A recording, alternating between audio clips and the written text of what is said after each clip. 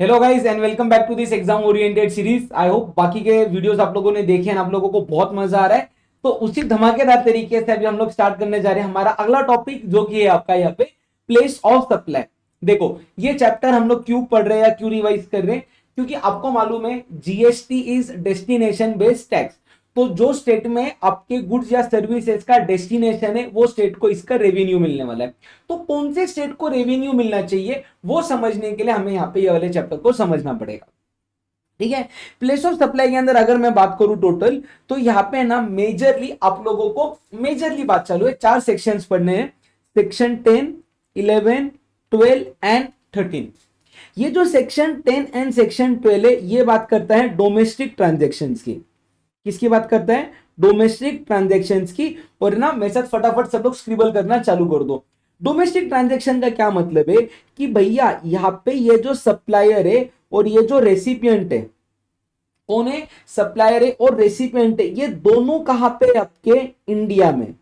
दोनों कहां पे हैं? इंडिया में। तो सेक्शन 10 लगेगा place of supply of goods के लिए, और 12 लगेगा place of supply of service के लिए। वेयर एज ये जो सेक्शन है 11 और सेक्शन 13, ये बात करता है गुड्स की, और सेक्शन 13 बात करता है सर्विसेज की। ये बात करता है भैया आपका इंटरनेशनल ट्रांजेक्शन्स की। किसकी बात करता है ये? इंटरनेशनल ट्रांजेक्शन्स की। कौन से सेक्शन आ गए आपके? 11 और 13। इसका क्या मतलब है कि या तो सप्लायर और रेसिपिएंट दोनों में से कोई एक पर्सन कहां पे सिचुएटेड है? आपका आउटसाइड इंडिया सिचुएटेड है। ठीक है। बस इतने प्रोविजंस अपने को यहाँ पे पढ़ने के। यहाँ देख लो, एक बार स्क्रीन के ऊपर देख लो जो मैंने लिखा हुआ है। हाँ, इतने प्रोविजंस आपको यहाँ पे पढ़ने के। ठीक है, देख लिया आप लोगों ने। चलो स्टार्ट करेंगे अभी हम लोग हमारा पहला सेक्शन, जो कि क्या है यहाँ पे? टाइम और place of supply of goods. अच्छा, उसके पहले कुछ एक बेसिक सी बात है जो आप लोगों को ऑलरेडी मालूम है। इंटरस्टेट सप्लाई का क्या मतलब है? तो location of supplier and place of supply, अगर ये दो अलग अलग स्टेट में है या दो अलग अलग यूनियन टेरिटरीज में या one state and one union territory में, तो इसको माना जाता है इंटरस्टेट सप्लाई। और यहाँ पे जो टैक्स लगता है उसको क्या बोलेंगे हम लोग? आईजीएसटी। उसके बाद में आता है आपका सेक्शन 8। किसकी बात करता है? इंट्रा स्टेट सप्लाई, यानी कि location of supplier, place of supply with in same state और सेम यूनियन टेरिटरी। यहाँ पे जो टैक्स लगता है वो कौन सा रहता है? आपका सीजीएसटी। और साथ में क्या लगता है? स्टेट रहेगा तो एसजीएसटी, यूनियन टेरिटरी रहेगा तो यूटीजीएसटी। बराबर। अच्छा, इंटरस्टेट सप्लाई के अंदर और दो बातें आती है। अगर आप लोग गुड्स या सर्विसेज को इंपोर्ट कर रहे हो, यानी कि इंडिया के बाहर से इंडिया में लेके आ रहे हो, उसको भी इंटरस्टेट सप्लाई मानेंगे। और अगर आप लोग एक्सपोर्ट कर रहे हो, क्या कर रहे हो? एक्सपोर्ट कर रहे हो, तो उसको भी क्या माना जाएगा? आपका इंटरस्टेट सप्लाई के टाइप में माना जाएगा। क्लियर है? फिर आता है अगला पॉइंट, सप्लाई इन टेरिटोरियल वाटर। अगर location of supplier territorial water में या place of supply territorial water में। अच्छा सर, ये टेरिटोरियल वाटर का क्या मतलब है? बताओ भले एक बार। टेरिटोरियल वाटर यानी कि क्या? इंडिया से 12 नॉटिकल माइल्स तक जो पानी का एरिया है। अगर यहाँ पे सप्लायर टेरिटोरियल वाटर में है या place of supply territorial water में, तो प्लेस ऑफ सप्लाई क्या मानने का? जो नियरेस्ट बेस का कोस्ट लाइन है उसको आपका मानने का, वो एरिया को लोकेशन ऑफ सप्लायर मान लेने का, या तो प्लेस ऑफ सप्लाई कंसीडर करने का। यानी कि समझो एक पर्सन है आसाम का, एक पर्सन का है आसाम का, उसने ना ऑयल रिफाइनरी एस्टेब्लिश किया। क्या एस्टेब्लिश किया? Oil refinery. और वो ना मुंबई के कोस्ट लाइन से सिर्फ 10 नॉटिकल माइल्स दूर है ना? तो इसका लोकेशन क्या माना जाएगा? ऑयल रिफाइनरी का ये माना जाएगा मुंबई, जो कि नियरेस्ट कोस्टल लाइन है, उसको माना जाएगा। ये कौन सा सेक्शन हो गया आपका? सेक्शन 9। देखो, बंदा था आसाम का, बट उसने अपना ऑयल रिफाइनरी कहां पे सेट किया? एक ऐसे पानी के जगह में जहां से नियरेस्ट बेस्ट कोस्ट लाइन क्या आता है? आपका मुंबई। तो आपका जो लोकेशन ऑफ सप्लायर है इस केस में क्या बन जाएगा? मुंबई बन जाएगा। ठीक है। अभी आते हैं आपके मेन पॉइंट्स के ऊपर, जो कि सबसे पहले है सेक्शन 10। सेक्शन 10 किसकी बात करता है? Place of supply of goods in case of domestic transaction, यानी कि सप्लायर एंड रेसिपिएंट दोनों इंडिया के अंदर है। ठीक है। तो सबसे पहला, अगर सप्लाई के अंदर गुड्स का मूवमेंट इन्वॉल्व है, गुड्स अगर कोई एक पर्टिकुलर एरिया से दूसरे पर्टिकुलर एरिया तक जा रहे हैं, यानी कि गुड्स का मूवमेंट हो रहा है, तो प्लेस ऑफ सप्लाई क्या रहेगा? जहां पे आपका मूवमेंट टर्मिनेट हुआ, जहां पे आपका मूवमेंट क्या हो रहा है?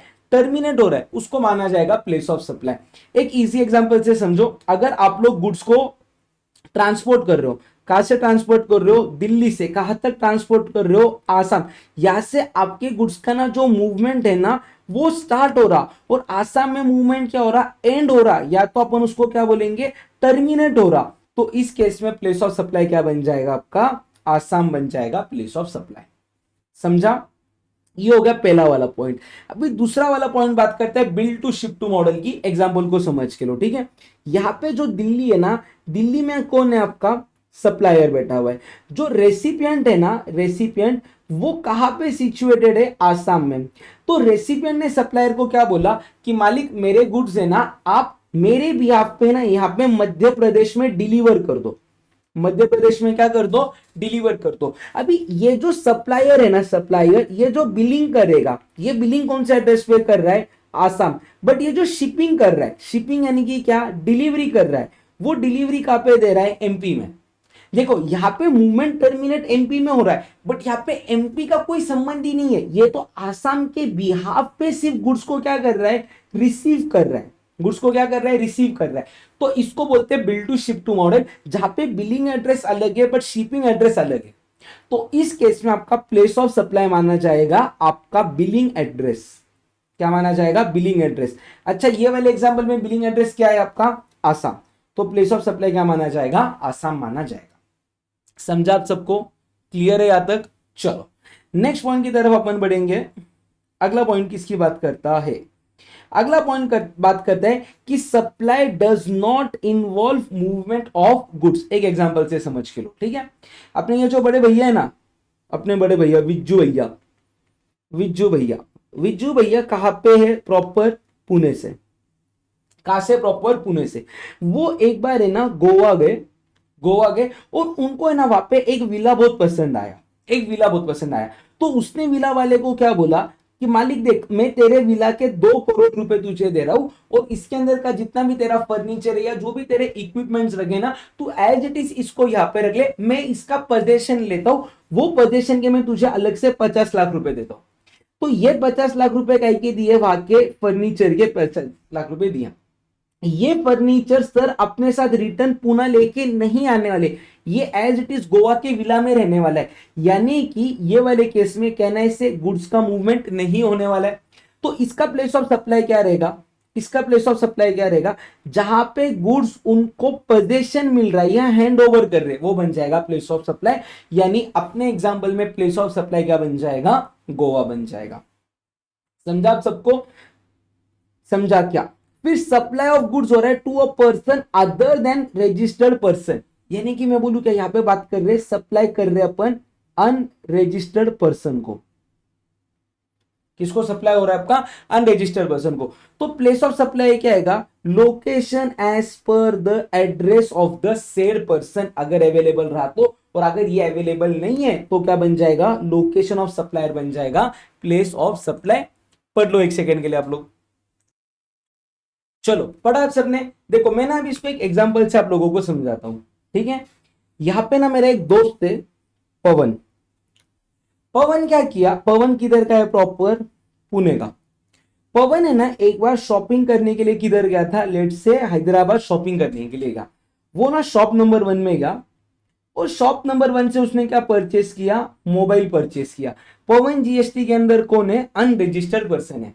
तो जब उसने मोबाइल परचेस किया तो शॉपकीपर ने पवन को पूछा, भैया आप कहां से हो। पवन बोला मैं पुणे से हूं। तो शॉपकीपर ने इनवॉइस के ऊपर एड्रेस क्या लिखा, पुणे लिखा।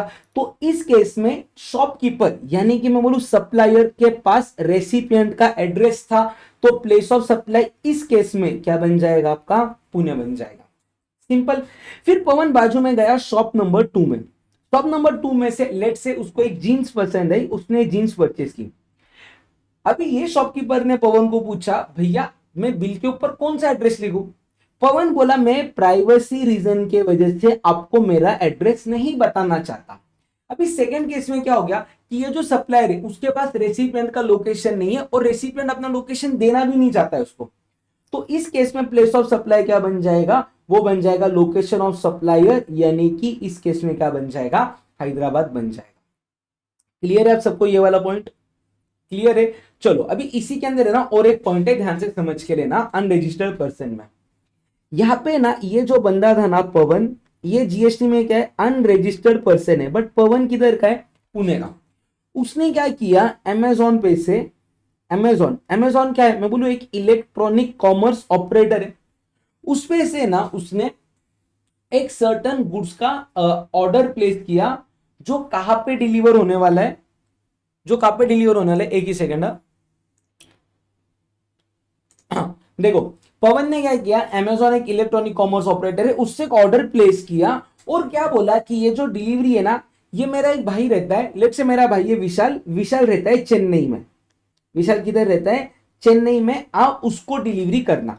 देखो अभी ये जो इलेक्ट्रॉनिक कॉमर्स ऑपरेटर है, इसके हिसाब से आप लोग सोचो, ये बिल किसके नाम पे कर रहा है, पुणे के नाम पे कर रहा है, बट शिपिंग किसके नाम पे कर रहा है, चेन्नई के नाम पे कर रहा है। बट यहां पे जो रेसिपिएंट है वो जीएसटी के अंदर क्या है, अनरजिस्टर्ड पर्सन है। तो अगर इलेक्ट्रॉनिक कॉमर्स ऑपरेटर से कोई भी अनरजिस्टर्ड पर्सन ऐसे आइटम का प्लेस करता है जहां पे बिलिंग एड्रेस अलग है और शिपिंग एड्रेस अलग है, तो इस केस में प्लेस ऑफ सप्लाई क्या बन जाएगा आपका, जो आपका शिपिंग एड्रेस रहेगा, यानी कि चेन्नई बन जाएगा प्लेस ऑफ सप्लाई। भैया बहुत ध्यान से समझना मेरी बात को, अगर ये रजिस्टर्ड पर्सन होता, अगर ये रजिस्टर्ड पर्सन होता पवन, तो प्लेस ऑफ सप्लाई बन जाता लोकेशन ऑफ रेसिपिएंट, यानी कि बिलिंग एड्रेस, यानी कि पुणे आ जाता। बट क्योंकि यहां पे ये पर्सन अनरजिस्टर्ड है और उसने अगर इलेक्ट्रॉनिक कॉमर्स ऑपरेटर पे ऑर्डर प्लेस किया, तो उस केस में आपका प्लेस ऑफ सप्लाई बन जाएगा शिपिंग एड्रेस, जो कि क्या रहेगा, यहाँ पे चेन्नई रहेगा। समझा आप सबको। चलो फिर अगला पॉइंट किसकी बात करता है, आप गुड्स को असेंबल कर रहे हो या इंस्टॉल कर रहे हो ऑन साइट। एग्जांपल से समझेंगे अपन इसको, ठीक है। देखो यहां पे एक बंदा है पुणे का, उसने आसाम वाले बंदे को क्या बोला, अच्छा पुणे में कौन है आपका रेसिपिएंट, आसाम में कौन है सप्लायर। पुणे वाला बंदा आसाम वाले बंदे को क्या बोल रहा है कि भैया मेरा है ना गोवा में एक विला बन रहा है, तो वो विला में ना मेरे को लिफ्ट इंस्टॉल करके दे। लिफ्ट क्या करके दे, इंस्टॉल करके दे। तो कहना है इसे, यहां पे सप्लायर ने गोवा में एक्चुअल वाला इंस्टॉलेशन का काम किया। एक्चुअल वाला कौन सा काम किया, इंस्टॉलेशन का। तो इस केस में प्लेस ऑफ सप्लाई क्या बन जाएगा आपका, प्लेस ऑफ सप्लाई बन जाएगा लोकेशन ऑफ, एक ही मिनट, ऑरेंज को थोड़ा डार्क कलर में लेते हैं अपन, डन, लोकेशन ऑफ इंस्टॉलेशन। तो इस केस में लोकेशन ऑफ इंस्टॉलेशन क्या है भैया आपका, गोवा, तो प्लेस ऑफ सप्लाई क्या बन जाएगा, गोवा बन जाएगा। समझा क्या, अरे एक ही मिनट, क्लियर है आप सबको यहां तक, बढ़ू आगे। चलो फिर अगला पॉइंट क्या बोलता है, good supplied on board a conveyance. इसका क्या मतलब है, ध्यान से समझ के लेना, ठीक है। यहां पे एक ट्रेन है, देखो ये ट्रेन जा रही थी लेट से दिल्ली से, ये ट्रेन दिल्ली से आ रही थी पुणे, ठीक है। बीच में एक पर्टिकुलर जगह आया राजस्थान, जहां पे एक बंदा ट्रेन के ऊपर ऑन बोर्ड हुआ और ना वो क्या किया, ट्रेन के ऊपर ना सर्टन गुड्स को बेचने के लिए लेके आ गया। एग्जांपल समझो, ट्रेन में ना लोग कई सारे ईयरफोन्स या इलेक्ट्रॉनिक आइटम बेचते, तो ये बंदा ईयरफोन्स लेके आ गया। अभी ट्रेन है ना यहाँ पे बीच में थी, यहाँ पे बीच में लेट से ट्रेन थी मध्य प्रदेश में, जब इसने ईयरफोन को सप्लाई किया, तो ये जो सप्लाई हुआ इसका प्लेस ऑफ सप्लाई अपने को डिटरमाइन करने का है। तो अगर ऑन बोर्ड एक कोई भी कन्वेंस के ऊपर अगर कोई भी आइटम सप्लाई हो रहा है, तो उसका प्लेस ऑफ सप्लाई रहेगा जहां पे गुड्स को ऑन बोर्ड किया गया। अपने एग्जांपल में ईयरफोन्स को ऑन बोर्ड कहां पे किया गया था, राजस्थान में, तो प्लेस ऑफ सप्लाई क्या आ जाएगा आपका, राजस्थान आ जाएगा। समझा आप सबको, क्लियर है, हो गया ये वाला पॉइंट। ये रही सेक्शन 10 की समरी, एक सेकेंड में आप लोग रीड कर लो फटक से।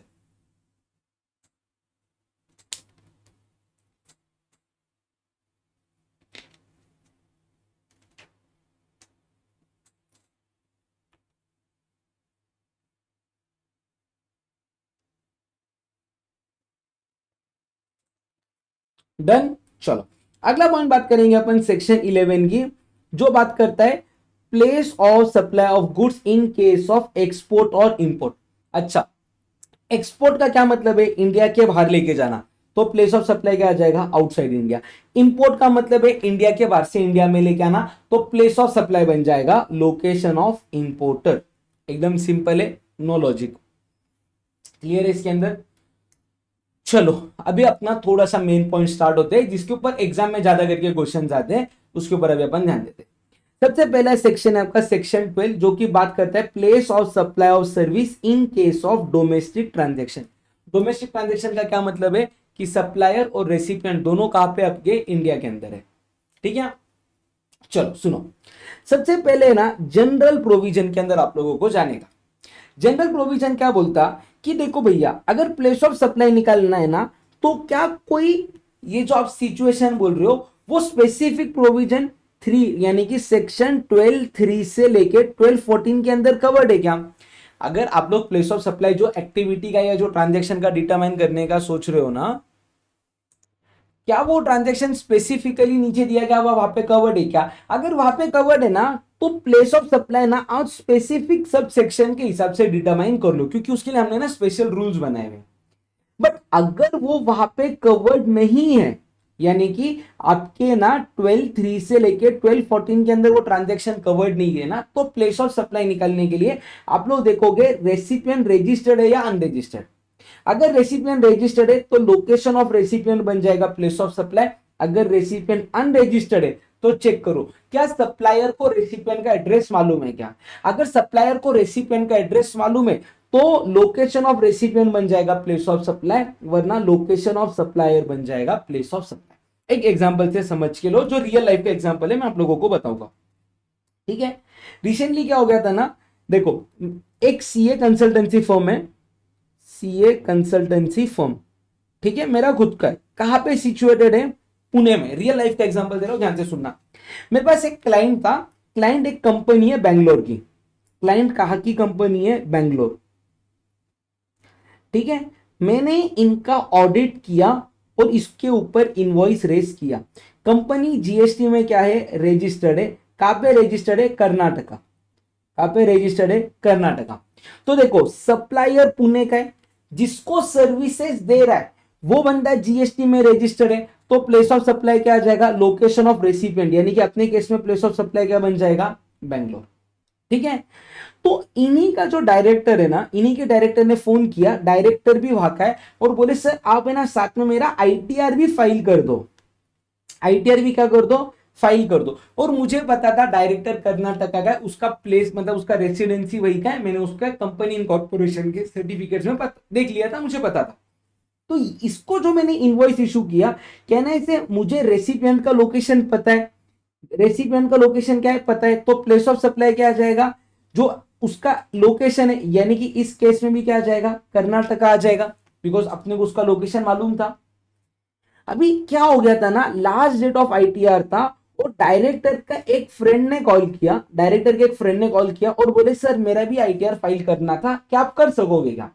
मैं बोला ठीक है, आपका डॉक्यूमेंट्स भेज दो, सैलरी रिटर्न था, तो मैंने इमीडिएटली आईटीआर फाइल कर दिया। मैंने इनको पूछा ही नहीं कि आप कहां पे रहते हो, कहां पे सिचुएटेड हो, कोई आइडिया नहीं, मेरे पास टाइम था ही नहीं।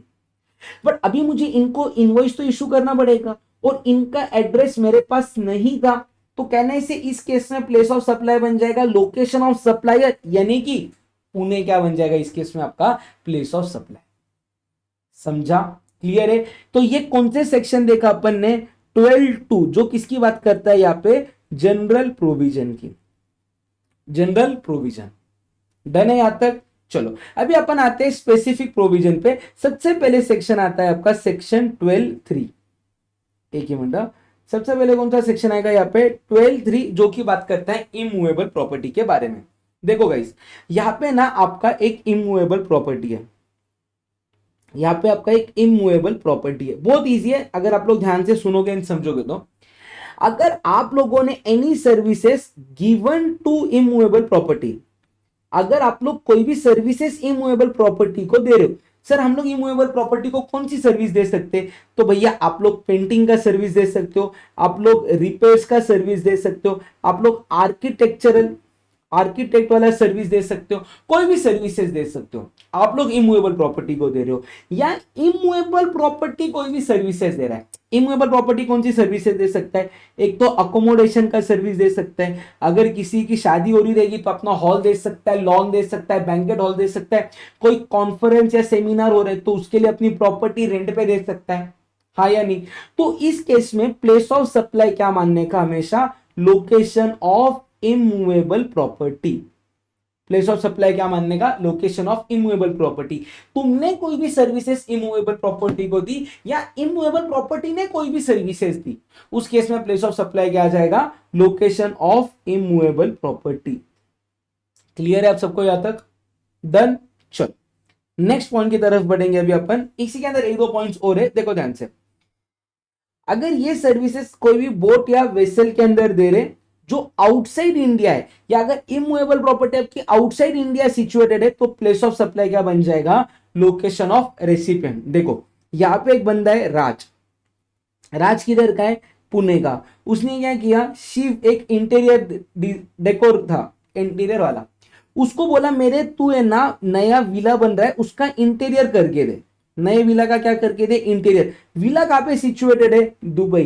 तो प्रॉपर्टी कहां पे सिचुएटेड है आपकी, आउटसाइड इंडिया। देखो सप्लायर इंडिया के अंदर है, रेसिपिएंट इंडिया के अंदर है, प्रॉपर्टी इंडिया के बाहर है, तो प्लेस ऑफ सप्लाई बन जाएगा लोकेशन ऑफ रेसिपिएंट, यानी कि पुणे इस केस में बन जाएगा आपका प्लेस ऑफ सप्लाई। ठीक है, ठीक है क्या, चलो। अगर इमूवेबल प्रॉपर्टी एक से ज्यादा स्टेट के अंदर सिचुएटेड है, एग्जांपल जैसे आप लोग समझो अकोमोडेशन की सर्विसेज दे रहे हो। फॉर एग्जांपल क्या हो गया, एक पर्सन है, लेट्स से मिस्टर सैम।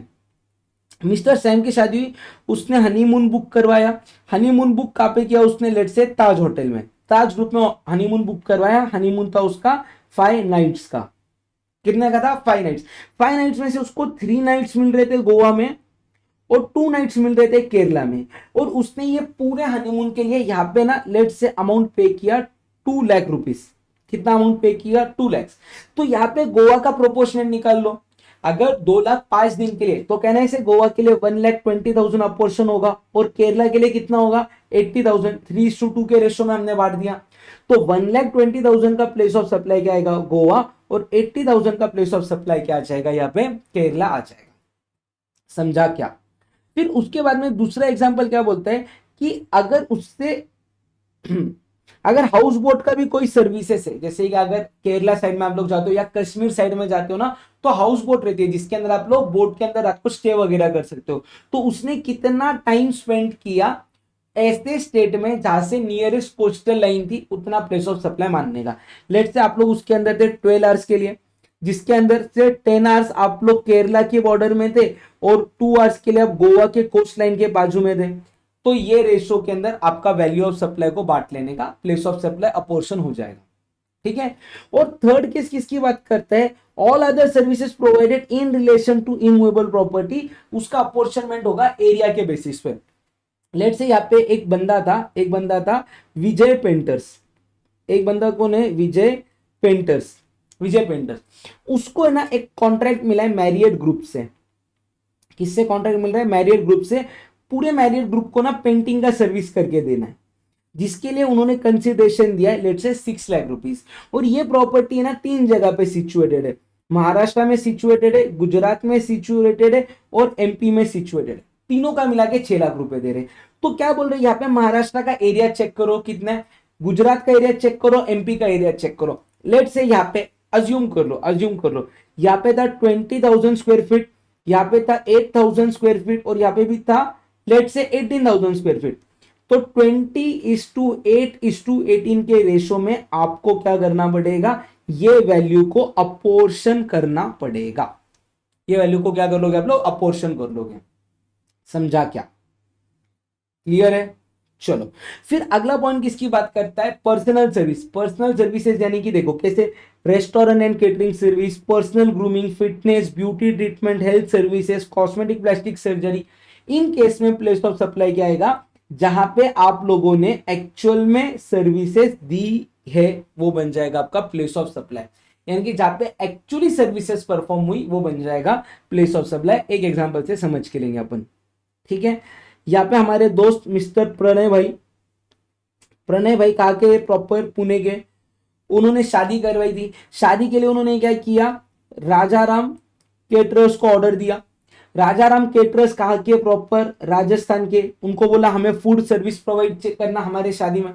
शादी किधर हो रही थी, गोवा। तो अगर देखोगे तो रेसिपिएंट कहाँ का है आपका, पुणे का। जो सप्लायर है कहाँ का है, राजस्थान का। बट वो खाना कहाँ पे दे रहा है आपको, गोवा में, तो प्लेस ऑफ सप्लाई क्या आ जाएगा, गोवा। सेम इन्होंने क्या किया, एक मेकअप आर्टिस्ट को बुलाया। मेकअप आर्टिस्ट कहाँ के थे, पंजाब के थे।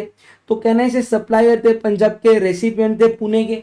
बट उन्होंने बोला कि मेरे शादी के अंदर मेरा आके पूरा ब्यूटी ट्रीटमेंट, मेरा जो भी है ड्रेसिंग वगैरह सब आपको करना है।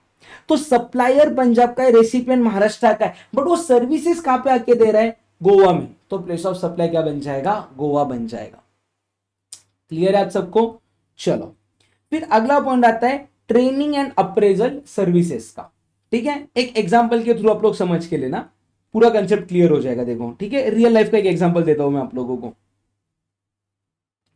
जब जीएसटी नया नया आया था ना, जीएसटी नया नया आया था, तो एक है ना ऑफर आया था मेरे पास, एक ऑफर आया था। ठीक है, अभी ध्यान से सुनना, थोड़ा सा आप लोग लिंक करोगे तो कंसेप्ट क्लियर हो जाएगा आपको। ऑफर आया था, देखो यहां पे करण किधर रजिस्टर्ड है जीएसटी के अंदर, पुणे में। एक कॉल आया था दिल्ली के कंपनी का, इनका क्या बोलना था, हमारे जो भी टीम मेंबर्स है ना वो जीएसटी से अभी तक वेलवर्स नहीं है, जीएसटी पूरा नया आया हुआ है, आप उनको ना जीएसटी के सारे प्रोविजंस को समझा दो। बोला ठीक है, यानी कि कहने से मुझे उनको कौन सा सर्विस देना था, ट्रेनिंग ऑफ जीएसटी का सर्विस देना था। बोले देखो खाली ना एक काम करो, अगर या तो हम हमारे स्टाफ को पुणे भेज देते या तो आप दिल्ली आ जाओ, बट एक काम करो स्टाफ का भी ब्रेक हो जाएगा, इनको ना 7 डेज का ट्रेनिंग आप प्रोवाइड करना गोवा में। 7 डेज का ट्रेनिंग आप प्रोवाइड करना गोवा में। देखो गाइस, सप्लायर किधर का है, पुणे का। रेसिपिएंट किधर का है, दिल्ली का। सर्विसेज किधर दी जा रही है, गोवा में। बट ये जीएसटी में क्या थे, रजिस्टर्ड थे। ये जीएसटी में क्या थे, रजिस्टर्ड थे। कहने से प्लेस ऑफ सप्लाई क्या बन जाएगा इस केस में, दिल्ली। यानी कि ट्रेनिंग एंड अप्रेजल सर्विसेज जब आप लोग एक ऐसे पर्सन को दे रहे हो जो जीएसटी में ऑलरेडी रजिस्टर्ड है या जीएसटी में रजिस्टर्ड है, तो उसका प्लेस ऑफ सप्लाई बन जाएगा लोकेशन ऑफ रेसिपिएंट। समझा क्या। सेम टाइम पे क्या हो गया था ना, एक उन्हीं के कोई फ्रेंड से जिनकी कंपनी थी हरियाणा में, बट ये जीएसटी के अंदर थे अनरजिस्टर्ड पर्सन। उन्होंने बोला हमारे स्टाफ को भी ट्रेनिंग सर्विस प्रोवाइड करना है। तो मैंने बोला देखो ऑलरेडी गोवा में एक इवेंट चालू है, वहां पे ट्रेनिंग सर्विसेज दे रहा हूं, आप आपके भी स्टाफ को इसी के अंदर भेज दो, अपना 2 टाइम का हॉल का कॉस्ट बच जाएगा। तो यहां पे भी सेकंड केस में ध्यान से सुनना, सप्लायर किधर का था, पुणे का। रेसिपिएंट किधर का था, हरियाणा का। बट रेसिपिएंट का नेचर अगर आप लोग चेक करोगे तो जीएसटी में अनरजिस्टर्ड थे। तो अगर आप लोग ट्रेनिंग या अप्रेजल सर्विसेज ऐसे रेसिपिएंट को दे रहे हो जो जीएसटी में रजिस्टर्ड नहीं है, तो प्लेस ऑफ सप्लाई आएगा जहां पे आपने एक्चुअल में सर्विसेज दी। एक्चुअल में क्या दिया, सर्विसेज। इस केस में एक्चुअल में ट्रेनिंग वाला सर्विस कहां पे प्रोवाइड हो रहा था, गोवा में। तो प्लेस ऑफ सप्लाई क्या बन जाएगा, गोवा बन जाएगा। क्लियर है आप सबको, बढ़िया। चलो बढ़ेंगे अगले वाले पॉइंट की तरफ। देखो अगर वो रजिस्टर्ड है तो लोकेशन ऑफ रेसिपिएंट, अगर वो नॉट रजिस्टर्ड है तो जहां पे सर्विसेज एक्चुअली परफॉर्म की जा रही है। ठीक है, फिर अगला पॉइंट आता है एडमिशन टू इवेंट। देखो अभी ना ये बात को समझो, एक इवेंट हो रहा है, तुम वहां पे जा रहे हो, तुम नहीं जाओगे तो इवेंट नहीं होगा, ऐसे में का कोई केस नहीं है। इवेंट होने वाला है, तुम लोग सिर्फ इवेंट में जा रहे हो, तो प्लेस ऑफ सप्लाई रहेगा लोकेशन ऑफ इवेंट जहां पे एक्चुअल में हो रहा है। ठीक है, एक एग्जांपल से समझो। ठीक है, एक कंपनी है, कंपनी कहां पे सिचुएटेड है, कंपनी कहां पे इनकॉर्पोरेटेड है, एग्जांपल के लिए लेट्स से महाराष्ट्र में। कंपनी किधर लोकेटेड है, महाराष्ट्र में। ठीक है, अभी सिर्फ तुम एग्जांपल को समझने के लिए ध्यान से सुनना। यहां पे उन्होंने क्या किया, एक है ना गोवा में अरिजीत सिंह का कॉन्सर्ट हो रहा था। अरिजीत सिंह का क्या हो रहा था, कॉन्सर्ट हो रहा था। तो महाराष्ट्र के जो टीम, मतलब जो ये थे कंपनी वाले, उन्होंने ये इवेंट की टिकट्स बाय की। टिकट्स क्या की, बाय की। तो ये जो टिकट्स है उसका प्लेस ऑफ सप्लाई क्या आएगा, ये क्वेश्चन है। मुझे बताओ अगर ये लोग नहीं गए तो इवेंट होने वाला है क्या, ऑफकोर्स होने वाला है। अरिजीत सिंह तो परफॉर्म कर रहा है, तुम लोग सिर्फ वहां पे जा रहे हो, तो प्लेस ऑफ सप्लाई रहेगा जहां पे इवेंट हो रहा है, यानी कि प्लेस ऑफ सप्लाई क्या बन जाएगा, गोवा बन जाएगा। समझा आप लोगों को, क्लियर है। बट अगले पॉइंट के ऊपर अगर आप लोग ध्यान दोगे तो इवेंट क्या हो रहा है, यहाँ पे ऑर्गेनाइज हो रहा है। इवेंट क्या हो रहा है, ऑर्गेनाइज हो रहा है। ऐसे एग्जांपल से समझो, ठीक है। एक कंपनी है टाटा मोटर्स, ठीक है। टाटा मोटर्स का एनुअल, देखो टाटा मोटर्स कहाँ की है प्रॉपर, मुंबई। एग्जाम्पल कहाँ पे इनकॉर्पोरेटेड है, मुंबई में। उनका ना एनुअल जनरल मीटिंग हो रहा था गोवा में, ठीक है। अभी एग्जांपल्स को समझो आप लोग, खाली यहाँ पे एग्जांपल के ऊपर फोकस करना। और उन्होंने अपने एनुअल जनरल मीटिंग में सब शेयर होल्डर्स के लिए अरिजीत सिंह को बुलाया परफॉर्म करने के लिए। अरिजीत सिंह को किसके लिए बुलाया, परफॉर्म करने के लिए। अच्छा मुझे बताओ, अगर टाटा मोटर्स नहीं बुलाता ये वाले एग्जांपल में, तो अरिजीत सिंह परफॉर्म करने नहीं आया रहता था। यानी कि यहाँ पे ये इवेंट को क्या किया जा रहा है, ऑर्गेनाइज किया जा रहा है। अच्छा अरिजीत सिंह किधर का है प्रॉपर, लेट से अरिजीत सिंह जीएसटी में दिल्ली में इनकॉर्पोरेटेड है, तो सप्लायर दिल्ली का बन गया, रेसिपिएंट कहाँ का बन गया, मुंबई का। और ये इवेंट कहाँ पे हो रहा है, गोवा में। बट क्योंकि रेसिपिएंट जीएसटी के अंदर रजिस्टर्ड है, तो प्लेस ऑफ सप्लाई बन जाएगा लोकेशन ऑफ रेसिपिएंट। मतलब अगर आप लोग कोई भी इवेंट को ऑर्गेनाइज करा रहे हो और रेसिपिएंट जीएसटी के अंदर रजिस्टर्ड है, रेसिपिएंट जीएसटी में क्या है, रजिस्टर्ड है, तो प्लेस ऑफ सप्लाई बन जाएगा लोकेशन ऑफ रेसिपिएंट। यानी कि अपने एग्जांपल में क्या बन जाएगा, इस केस में क्या बन जाएगा, मुंबई, ठीक है। अभी दूसरा एग्जांपल समझो आप लोग, ठीक है। यहां पे ना एक लेट से विशाल विशाल की शादी हो रही है। शादी के लिए उसने अरिजीत सिंह को बुलाया गाना गाने के लिए। विशाल कहाँ का है प्रॉपर, पुणे का। अरिजीत सिंह प्रॉपर कहाँ का है, दिल्ली का। शादी किधर हो रही है, गोवा में। और यहाँ पे गोवा में उसने उसको सिंगिंग करने के लिए बुलाया। मुझे बताओ क्या ये बंदा जीएसटी में रजिस्टर्ड है क्या, जीएसटी में रजिस्टर्ड है क्या, नहीं। तो अगर आप लोग कोई भी इवेंट को ऑर्गेनाइज कर रहे हो और आप जीएसटी में रजिस्टर्ड नहीं हो, तो प्लेस ऑफ सप्लाई वो रहेगा जहां पे इवेंट एक्चुअल में हो रहा है। तो सेकंड वाले केस में जब विशाल ने शादी में अरिजीत सिंह को गाना गाने के लिए बुलाया, तो प्लेस ऑफ सप्लाई वो आएगा जहां पे आपका इवेंट हो रहा है, यानी कि गोवा। अच्छा सर, अगर ये इवेंट हो रहा रहता था आपका आउटसाइड इंडिया, यानी कि मान लो अगर शादी हो रही है दुबई में, तो प्लेस ऑफ सप्लाई क्या आएगा। तो देखो रेसिपिएंट इंडिया का है, सप्लायर इंडिया का है, इवेंट इंडिया के बाहर हो रहा है, तो प्लेस ऑफ सप्लाई बन जाएगा लोकेशन ऑफ रेसिपिएंट, यानी कि इस केस में क्या बन जाएगा, पुणे बन जाएगा। देखो वही यहाँ पे चार्ट में लिखा है कि अगर आप लोग इवेंट को ऑर्गेनाइज करा रहे हो और रेसिपिएंट को चेक करना, रेसिपिएंट, एक ही मिनट,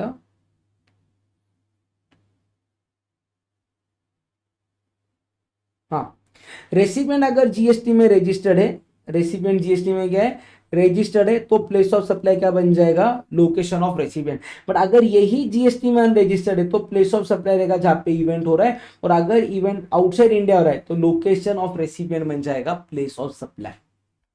क्लियर है, चल। सर अगर event more than one state के अंदर हो रहा, तो आपको क्या करना पड़ेगा, अपोर्शन करना पड़ेगा प्लेस ऑफ सप्लाई हर वो स्टेट में जहां पे आपका इवेंट हो रहा है। इजी है, चल ठीक है। फिर अगला पॉइंट आता है ट्रांसपोर्टेशन ऑफ गुड्स वाला। इसको भी एक एग्जांपल से समझना आप लोग, फटक से क्लियर हो जाएगा। देखो यहाँ पे दो लोग थे, एक था राज, एक था शिव। ये जीएसटी में क्या था, रजिस्टर्ड पर्सन था पुणे में। ये जीएसटी में क्या था, अनरजिस्टर्ड पर्सन था। ये दोनों क्या किए, एक कार में बैठे अपने, और ये चले गए दिल्ली शॉपिंग करने के लिए। दिल्ली का के लिए चले गए, शॉपिंग करने के लिए। गाड़ी अपने दोनों का बिजनेस था, लेट से दोनों को ने क्लॉथ मर्चेंट से कोई भी कपड़े के अंदर डील करते। दिल्ली से उन्होंने रॉ मटेरियल उठाया और अपने गाड़ी में रिटर्न आने लग गए। बट रास्ते में क्योंकि इतना सामान हो गया, इनको गाड़ी चलाते नहीं आ रही थी, दिक्कत आ गई, तो उन्होंने मध्य प्रदेश में क्या किया, एक ट्रांसपोर्टर पकड़ा।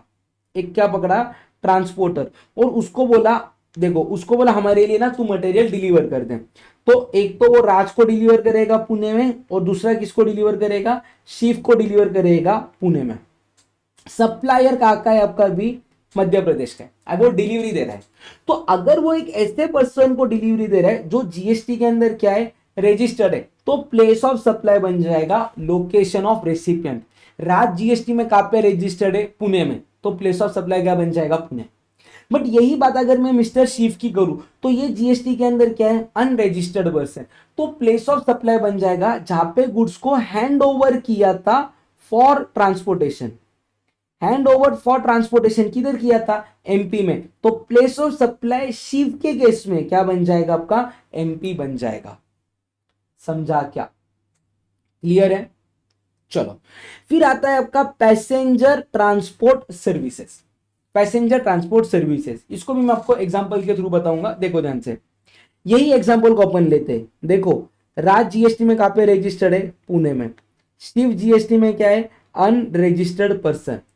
एक फ्लाइट थी, फ्लाइट कहां से जा रही है? देखो, फ्लाइट निकली थी दिल्ली से, दिल्ली से फ्लाइट आई इंदौर, इंदौर से फ्लाइट आई पुणे, पुणे से फ्लाइट किधर जा रही है? गोवा। इन्होंने इंदौर से फ्लाइट में अपनी जर्नी स्टार्ट की। अपनी जर्नी क्या की? स्टार्ट की। तो प्लेस ऑफ सप्लाई क्या आएगा? प्लेस ऑफ सप्लाई के लिए ना रेसिपिएंट चेक करो।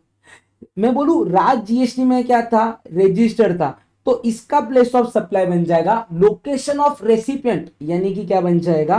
पुणे। क्या बन जाएगा? पुणे। और ये जो शिव था, ये जो कौन सा दूसरा पर्सन आपका? शिव, ये जीएसटी में क्या है? Unregistered person.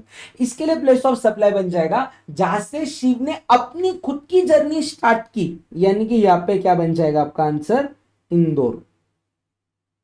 यहां पे शिव के लिए प्लेस ऑफ सप्लाई क्या बन जाएगा? इंदौर। तो अगर आपको पैसेंजर ट्रांसपोर्ट सर्विसेज मिल रही है तो चेक करो, अगर रेसिपिएंट जीएसटी में रजिस्टर्ड है तो लोकेशन ऑफ रेसिपिएंट बन जाएगा प्लेस ऑफ सप्लाई, और अगर रेसिपिएंट जीएसटी के अंदर रजिस्टर्ड नहीं है तो जहां से उसने अपनी जर्नी स्टार्ट की वो बन जाएगा आपका प्लेस ऑफ सप्लाई। क्लियर है आप सबको यहां तक? डन। बढ़ो आगे। सर अगर समझो ये जा रहे थे फ्लाइट से इंदौर से गोवा और रिटर्न जा रहे इन गोवा से इंदौर, तो प्लेस ऑफ सप्लाई इस केस के अंदर दो आएंगे। जो फर्स्ट जर्नी है उसके लिए डिटरमाइन होगा इंदौर टू गोवा के लिए, कहने से ये आंसर मैंने ऑलरेडी दे दिया है, राज के लिए पुणे और शिव के लिए इंदौर। बट ये जो रिटर्न जर्नी है, रिटर्न जर्नी कहां से है? गोवा से। किधर जा रही है जर्नी? इंदौर। तो इसके लिए प्लेस ऑफ सप्लाई आपको अलग से निकालना पड़ेगा, जो कि मैं बोलूं राज के केस में सेम ही रहेगा क्योंकि वो जीएसटी में रजिस्टर्ड है, तो उसके लिए बन जाएगा पुणे। पर अभी मैं बात करूं यहाँ पे मिस्टर शिव के लिए, तो उसके लिए तो प्लेस ऑफ सप्लाई चेंज हो जाएगा। अभी इस केस में शिव जीएसटी के अंदर अनरजिस्टर्ड है, तो इसके लिए प्लेस ऑफ सप्लाई क्या बन जाएगा? जहां से उसने अपनी जर्नी चालू की। शिव ने अपनी जर्नी ये वाली सेकंड वाली रिटर्न वाली कहां से चालू की? गोवा। तो प्लेस ऑफ सप्लाई क्या बन जाएगा? गोवा बन जाएगा।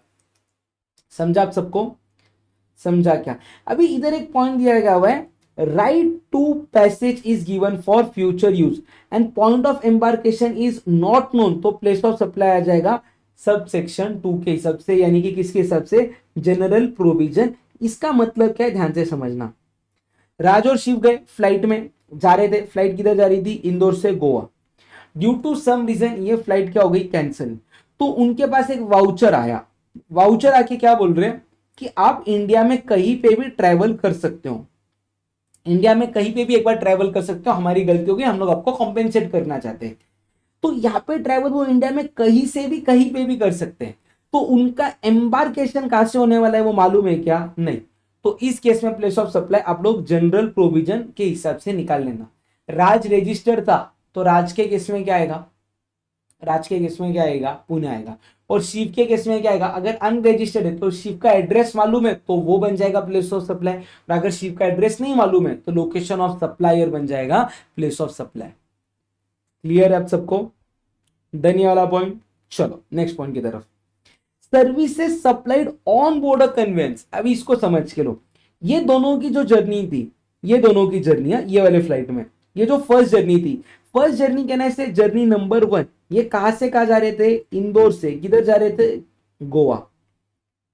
और इन दोनों को है ना रास्ते में बोर होने लग गया, इन्होंने ना रास्ते में ऑनलाइन मूवी देख ली। जब फ्लाइट हवा में थी ना तो इन्होंने ऑनलाइन मूवी ले ली रेंट पे, और ये रेंट के लिए इन्होंने पे किए लेट से 200 रुपीज ईच। तो अभी ये 200 रुपीज क्या हो जाता है? जब एक कन्वेंस है उसके ऊपर आप लोगों ने क्या किया है? सर्विसेज लिए, सर्विसेज लिए। तो इसका प्लेस ऑफ सप्लाई क्या बन जाएगा? तो ये जो जर्नी का फर्स्ट स्टार्टिंग पॉइंट था ना, मेरी बात ध्यान से सुनना, जर्नी का स्टार्टिंग पॉइंट फ्लाइट किधर से चालू हुई थी? दिल्ली से। ये लोग किधर से बैठ रहे? हो गया तेल लेने। जर्नी कहां से स्टार्ट हुई थी? दिल्ली से। तो ये दिल्ली क्या बन जाएगा आपका? Place of supply for this 200 rupees, यानी कि जो सर्विसेज उन्होंने ऑन बोर्ड मतलब कन्वेंस के ऊपर ली है उसका प्लेस ऑफ सप्लाई बन जाएगा, जो पूरे जर्नी का स्टार्टिंग पॉइंट है वो बन जाएगा प्लेस ऑफ सप्लाई। क्लियर है आपको? फिर आता है अगला पॉइंट, टेली कम्युनिकेशन सर्विसेज।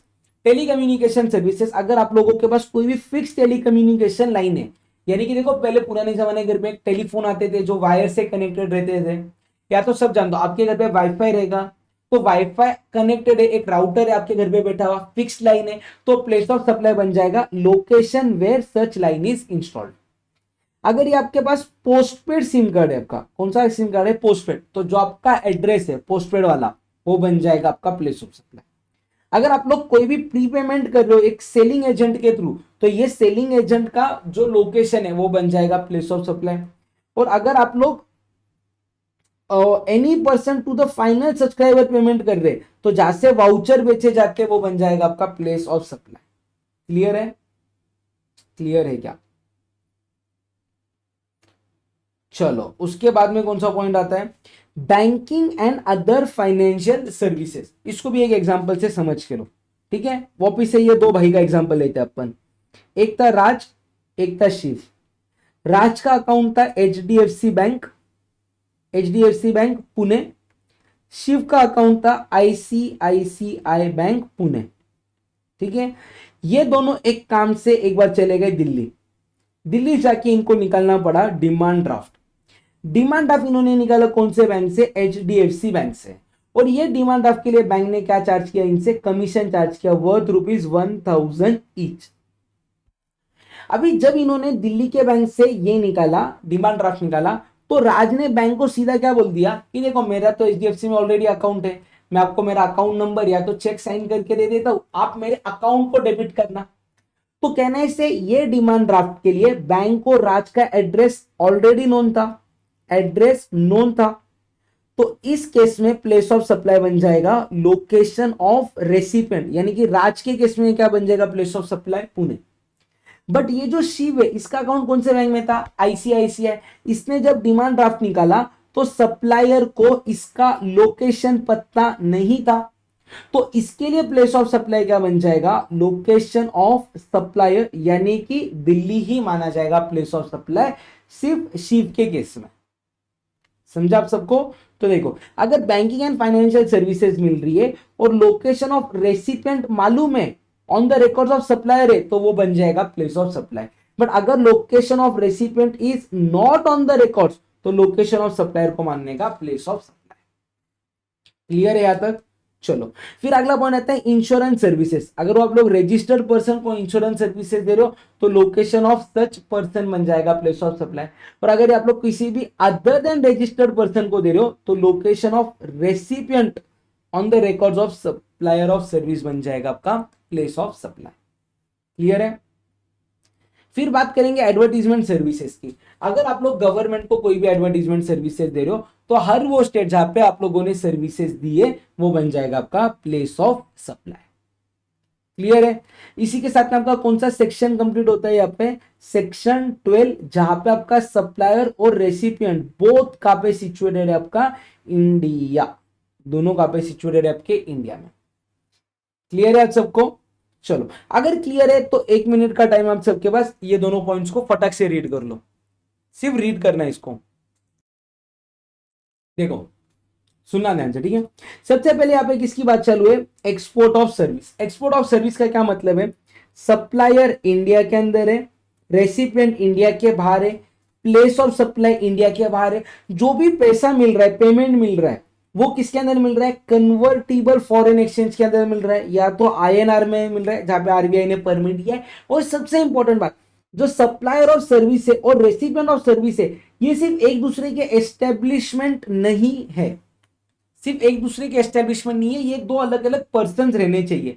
इसका रिलेवेंस क्या है ना, नीचे क्लैरिफिकेशन में आ जाएगा आप लोगों के पास, ठीक है। और इंपोर्ट का क्या मतलब है, सप्लायर इंडिया के बाहर है, रेसिपिएंट इंडिया के अंदर है, प्लेस ऑफ सप्लाई इंडिया के अंदर है, उसको बोलेंगे अपन इंपोर्ट ऑफ सर्विस।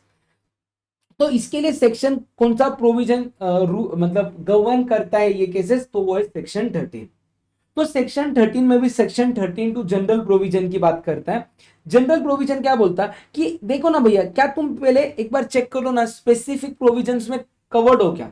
अगर स्पेसिफिक प्रोविजंस में कवर्ड हो ना, तो place of supply specific provision के हिसाब से निकालो।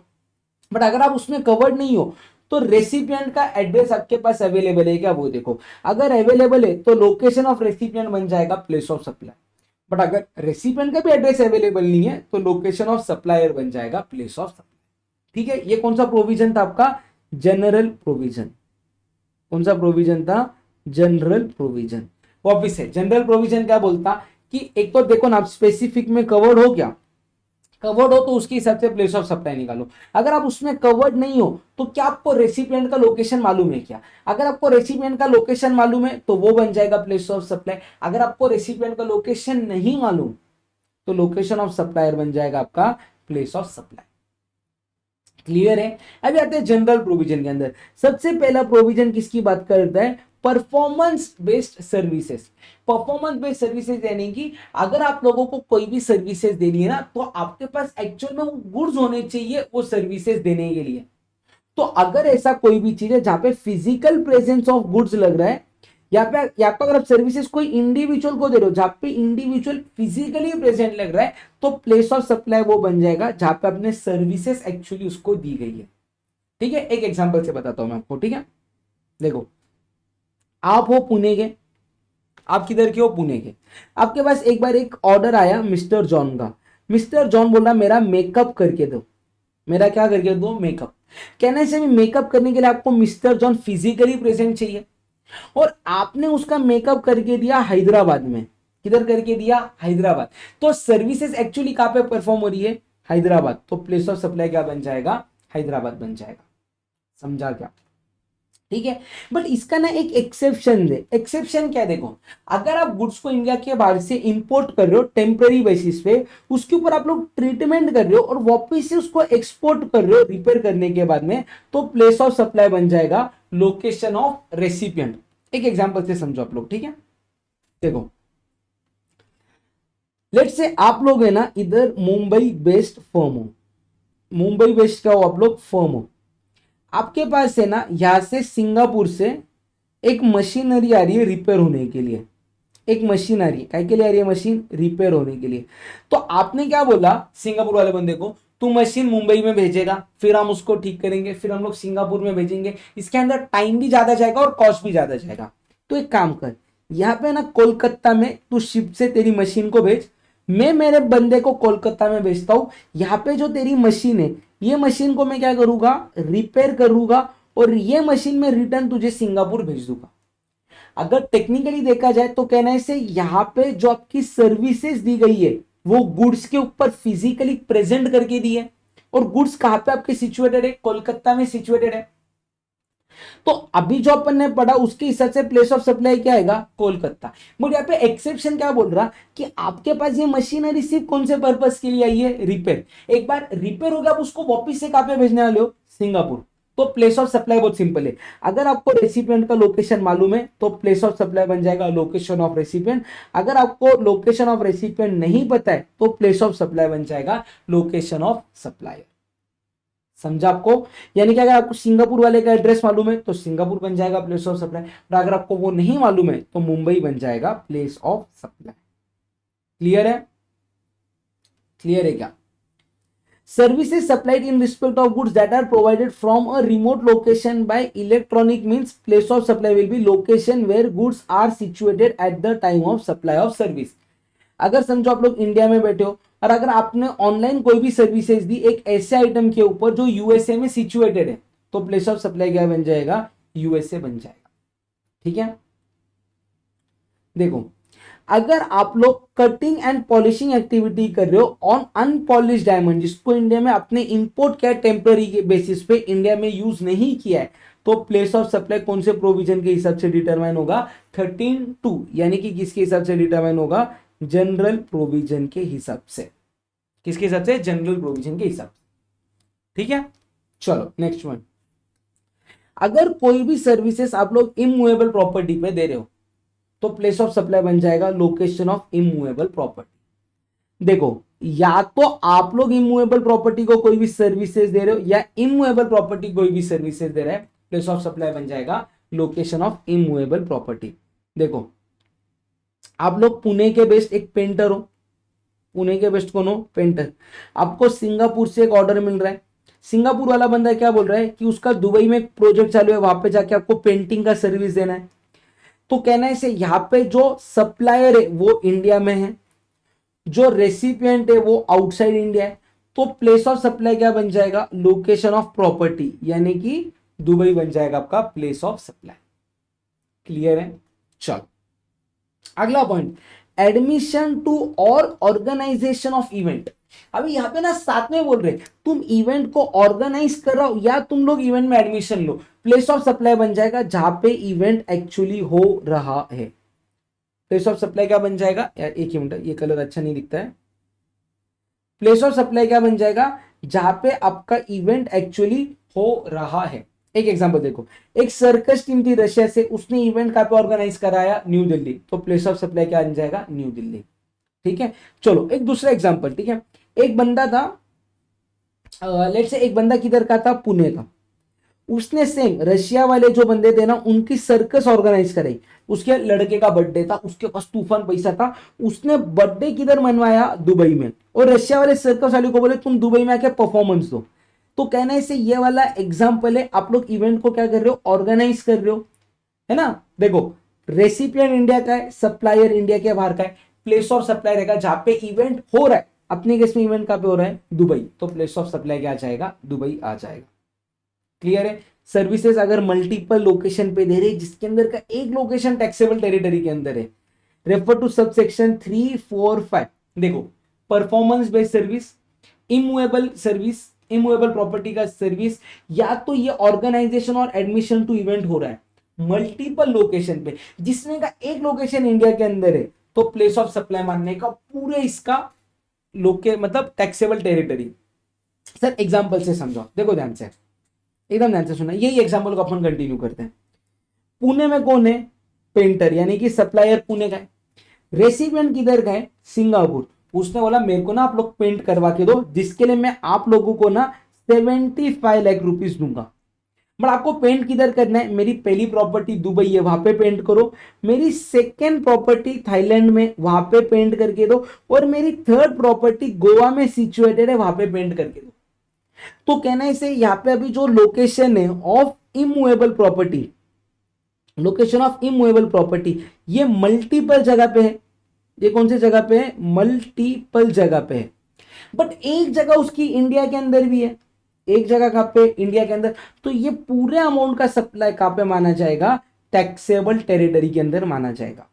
किसके अंदर माना जाएगा, टैक्सेबल टेरिटरी।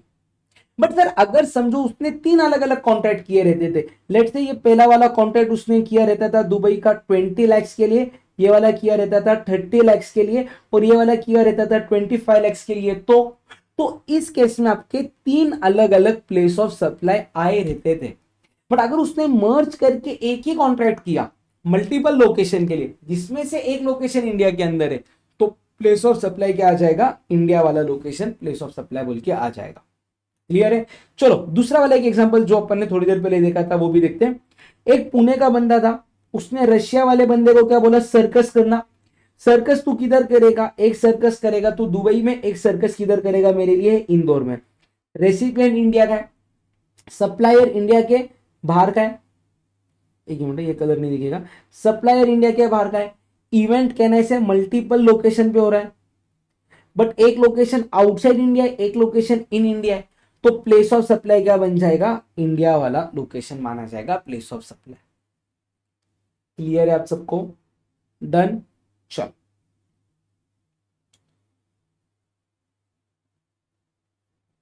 फिर बढ़ते हैं अगले पॉइंट की तरफ, बैंकिंग एंड फाइनेंशियल सर्विसेज। तो अगर कोई भी सर्विसेज बैंकिंग सर्विसेज या फाइनेंशियल इंस्टीट्यूशन सर्विसेज दे रहा है, तो प्लेस ऑफ सप्लाई क्या बन जाएगा, लोकेशन ऑफ सप्लायर बन जाएगा प्लेस ऑफ सप्लाई। सिंपल है, इसके ऊपर ज्यादा डिटेल में नहीं जाएंगे, सिंपल है। अगर कोई भी बैंकिंग एंड फाइनेंशियल सर्विसेज दे रहे हैं, या तो फिर आप लोग कोई भी इंटरमीडिएट सर्विसेज दे रहे हो, तो प्लेस ऑफ सप्लाई बन जाएगा लोकेशन ऑफ सप्लाई। ठीक है, फिर passenger transport services, place of supply रहेगा जहां पे पैसेंजर ने एम्बार्क किया है on conveyance for a continuous journey. देखो क्या हो गया ना, एक है ना थाई एयरवेज थी, थाई एयरवेज। ये थाई एयरवेज किधर सिचुएट है, इनकॉर्पोरेटेड है थाईलैंड, यानी कि सप्लायर आपका इंडिया के बाहर का हो गया। ये फ्लाइट के ऊपर क्या हो गया ना, ये फ्लाइट है ना थाईलैंड से किधर जा रही थी, दुबई। तो बीच में ना अपने दो भाई यहाँ पे फ्लाइट पे चढ़ गए, एक राज दूसरा शिव। ये जीएसटी में रजिस्टर्ड है, ये जीएसटी में अनरजिस्टर्ड है। दोनों ने फ्लाइट कहाँ पे एम्बार्क की, मुंबई में। फ्लाइट थाईलैंड से आई, मुंबई रुकी, मुंबई से दुबई जाने वाली है। तो प्लेस ऑफ सप्लाई इन दोनों के लिए क्या माना जाएगा, जहां से उन्होंने एम्बार्क किया अपनी जर्नी, यानी कि मुंबई को माना जाएगा प्लेस ऑफ सप्लाई। क्योंकि भैया ये रेसिपिएंट दोनों कहाँ के, इंडिया के, बट सप्लायर किधर का है, आउटसाइड इंडिया का। तो इस केस में प्लेस ऑफ सप्लाई रहेगा जहां पे दोनों ने अपनी जर्नी स्टार्ट की, यानी कि मुंबई। ठीक है। बट अगर समझो मान लो इन्होंने रास्ते में अभी मूवी देखी, तो प्लेस ऑफ सप्लाई क्या रहेगा, तो ये जर्नी कहां से चालू हुई थी, थाईलैंड, इसको मानने का प्लेस ऑफ सप्लाई। ये मूवी के लिए, लेट से मूवी के लिए उन्होंने पे किए थे 1000 ईच, तो ये 1000 का प्लेस ऑफ सप्लाई क्या आ जाएगा, थाईलैंड आ जाएगा। एंड ये जो टिकट है, ये टिकट थी लेट से 12,000 रुपीज ईच, तो ये 12,000 रुपीज की टिकट काय की है, ट्रांसपोर्टेशन की टिकट है, इसका प्लेस ऑफ सप्लाई क्या आ जाएगा, मुंबई आ जाएगा। ठीक है। तो अगर आप लोगों ने कन्वेंस के ऊपर कोई भी सर्विसेज ली, उसका प्लेस ऑफ सप्लाई आ जाएगा आपका स्टार्टिंग पॉइंट, जहां से जर्नी स्टार्ट हुई थी। और अगर ये ट्रांसपोर्टेशन ऑफ पैसेंजर की सर्विसेज की बात करें, तो जहां से उन्होंने अपनी जर्नी स्टार्ट की थी, वो क्या बन जाएगा, प्लेस ऑफ सप्लाई बन जाएगा। समझा क्या, समझा, ये दोनों पॉइंट्स अपने यहां पे होते हैं कंप्लीट। फिर एक पॉइंट आता है OIDAR services. OIDAR services, online information database access retrieval services. उसके लिए प्लेस ऑफ सप्लाई क्या आएगा, location of recipient of services बन जाएगा प्लेस ऑफ सप्लाई। देखो लेट से नेटफ्लिक्स है, नेटफ्लिक्स कहां पे सिचुएटेड है, यूएसए। उसने एक सर्विसेज दी मिस्टर शिव को। शिव कहां पे सिचुएटेड है, पुणे में। शिव किधर सिचुएटेड है, पुणे में। इसने मंथली सब्सक्रिप्शन लिया 700 रुपीज पर मंथ का। तो ये जो नेटफ्लिक्स वाला है ना, इसको है ना कंपल्सरी कितना भी रुपीस है कंपल्सरी क्या बताना है, अपने इनवॉइस के ऊपर रेसिपिएंट का एड्रेस बताना है।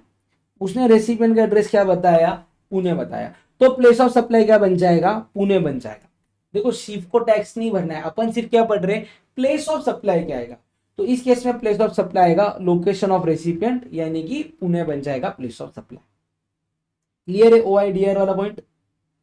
चलो फिर आता है नोटिफाइड सर्विसेज। अगर आप लोग कोई भी R&D का सर्विसेज दे रहे हो फार्मास्यूटिकल सेक्टर के लिए, यानी कि समझो इधर एक पर्सन था मिस्टर चेतन भैया किधर के है, पुणे। उन्होंने ना USA वाले बंदे को ना कोई तो भी R&D का सर्विस दिया, रिसर्च करके दिया मेडिसिन के अंदर। तो प्लेस ऑफ सप्लाई क्या बन जाएगा, location of recipient of service. कहना इसे, इसने R&D का सर्विस दिया तो ये बन गया सप्लायर। किसको सर्विसेज दी, एक USA के फार्मास्यूटिकल कंपनी को, तो कहना इसे ये बन गया रेसिपिएंट। तो ये जो ट्रांजैक्शन हुआ, इसका प्लेस ऑफ सप्लाई क्या बन जाएगा, आपका USA बन जाएगा प्लेस ऑफ सप्लाई। क्लियर है, क्लियर है क्या। देखो यहाँ पे सप्लाई ऑफ सर्विस हो रही है between a service provider of a taxable territory. Chetan taxable territory में था, और रेसिपिएंट कहां पे है, नॉन टैक्सेबल टेरिटरी USA के अंदर। क्लियर है क्या, ये वाला पॉइंट हो गया। फिर अगर आप लोग कोई भी मेंटेनेंस एंड रिपेयर का सर्विसेज दे रहे हो एयरक्राफ्ट के ऊपर, या मेंटेनेंस एंड रिपेयर दे रहे हो शिप्स और अदर वेसल पे, तो प्लेस ऑफ सप्लाई आएगा location of recipient of services. एक एग्जांपल से समझो आप लोग, ठीक है। एक फ्लाइट जा रही थी दुबई से वियतनाम। दुबई से किधर जा रही थी, वियतनाम। तो ये फ्लाइट जब ऐसे जा रही थी ना, तब फ्लाइट में कुछ तो भी प्रॉब्लम आ गया, और फ्लाइट ने सडन लैंडिंग कर दिया मुंबई में। यहां पे इसके ऊपर रिपेयर का सर्विसेस हुआ। कौन सा सर्विस हुआ, रिपेयर का सर्विस हुआ। ठीक है। देखो गाइस, थोड़ी देर पहले अपन ने एक सेक्शन पढ़ा था 13.3, जहां पे अपन ने पढ़ा था परफॉर्मेंस बेस्ड सर्विस। कौन सा सर्विस पढ़ा था, परफॉर्मेंस बेस्ड सर्विस। वो क्या बोलता कि जहां पे अगर आपको फिजिकल प्रेजेंस ऑफ गुड्स चाहिए था, जिसके ऊपर आपने कोई भी सर्विसेज दी, तो प्लेस ऑफ सप्लाई बन जाएगा जहां पे आपने सर्विसेज दी है। यानी कि अगर मैं 13.3 की बात करूं, तो ये ट्रांजैक्शन का प्लेस ऑफ सप्लाई आ जाएगा मुंबई, है या नहीं, क्योंकि गुड्स फिजिकली मुंबई में प्रेजेंट है, उसके ऊपर आप लोगों ने सर्विस दी। बट मुझे बताओ, ये ना एक इंटरनेशनल ट्रांजैक्शन है, जैसे आज दुबई की फ्लाइट इंडिया में आ गई, इसके ऊपर रिपेयर हुआ, मैं बोलूं क्या कल जाके कोई ना कोई ऐसी इंडिया की भी फ्लाइट रह सकती है जो दुबई में जाके रिपेयर का काम करवा रहा, मतलब जाते जाते जरूरत पड़ी, वियतनाम में पड़ी, ऑस्ट्रेलिया में पड़ी, सऊदी अरेबिया में पड़ी, कहीं पे भी पड़ सकती है। तो इंटरनेशनली क्या बोला गया हुआ है कि देखो जब शिप्स वगैरह इंटरनेशनली ट्रैवल करते या एयरक्राफ्ट इंटरनेशनली ट्रैवल करता तो कोई भी कंट्री में रिपेयर्स वगैरह हो सकते हैं। तो ऐसे केस में प्लेस ऑफ सप्लाई क्या आएगा, लोकेशन ऑफ रेसिपिएंट को मानना है प्लेस ऑफ सप्लाई।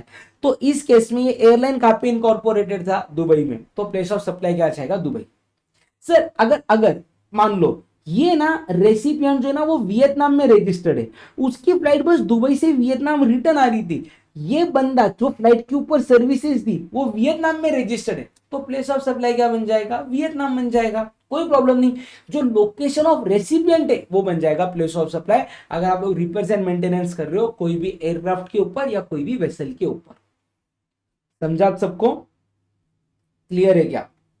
चलो फिर certain circulars issued by CBIC, अगर आप लोग कोई भी सप्लाई ऑफ सर्विस कर रहे हो in case of transportation of goods including through mail और कुरियर, उसका प्लेस ऑफ सप्लाई आप लोग जनरल प्रोविजन 13(2) के हिसाब से निकालोगे, ठीक है।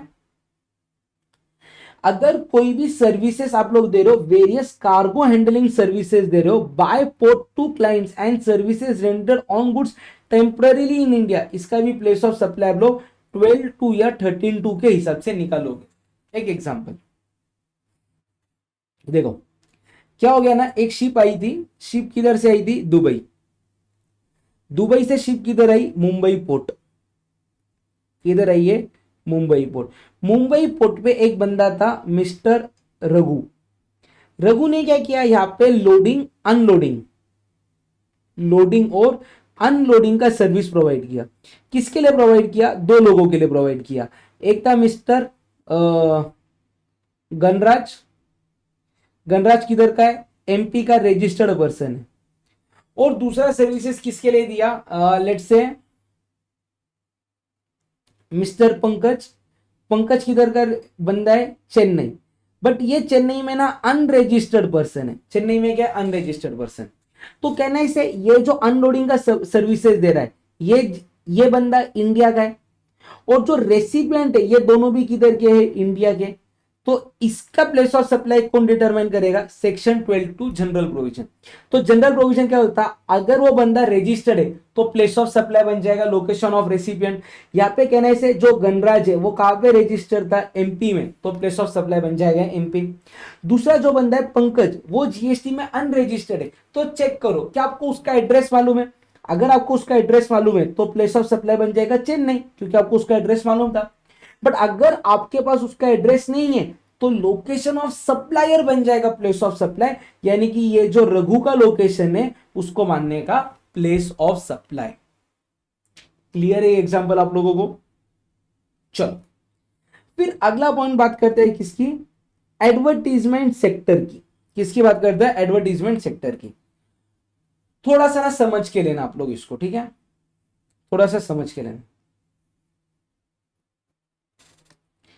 यहां पे क्या हो गया, मिस्टर राज, राज को ना अपने शॉप की एडवर्टीजमेंट करनी की थी, उसने किसके साथ कॉन्ट्रैक्ट किया, उसने कॉन्ट्रैक्ट किया मिस्टर शिव के साथ, और बोला मुझे होर्डिंग का सर्विस चाहिए, मुझे एक काम करो होर्डिंग जाने दो, मुझे ना एडवर्टीजमेंट का सर्विस चाहिए, एडवर्टीजमेंट का सर्विस चाहिए। किधर सर्विस चाहिए, गोवा में। राज बंदा किधर का है, पुणे का। शिव बंदा किधर का है, दिल्ली का। शिव की होर्डिंग कहां पे सिचुएटेड है, होर्डिंग गोवा में, होर्डिंग किधर सिचुएटेड है, गोवा में। तो ये होर्डिंग देखो, राज को है ना वो स्पेसिफिकली एक ऐसा लोकेशन था जहां पे उसको अपनी होर्डिंग लगानी थी। तो राज ने शिव को क्या बोला कि ये जो तेरी प्रॉपर्टी गोवा में है मुझे उसके ऊपर मेरा क्या लगा के चाहिए, होर्डिंग लगा के चाहिए। तो उसके लिए मैं तुझे कितना पैसा देता हूं, 2 लाख रुपीस देता हूं। तो ये 2 लाख रुपीस का प्लेस ऑफ सप्लाई बन जाएगा लोकेशन ऑफ इमूवेबल प्रॉपर्टी, जहां पे होर्डिंग का सर्विस दे रहे, यानी कि गोवा बन जाएगा आपका प्लेस ऑफ सप्लाई।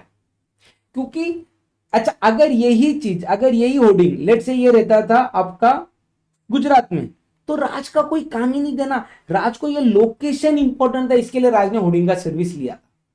तो अगर आप लोग कोई भी इमूवेबल प्रॉपर्टी के ऊपर एडवर्टीजमेंट का सर्विस कर रहे हो, प्लेस ऑफ सप्लाई आ जाएगा सेक्शन किसके हिसाब से, 12(3) के हिसाब से।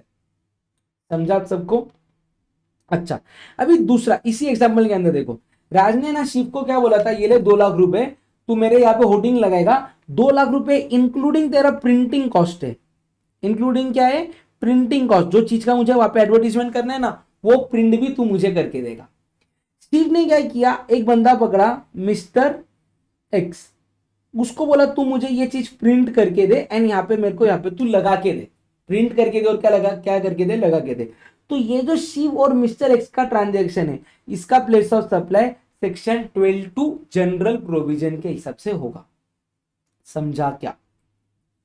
क्लियर है ये वाला पॉइंट आप सबको? चलो,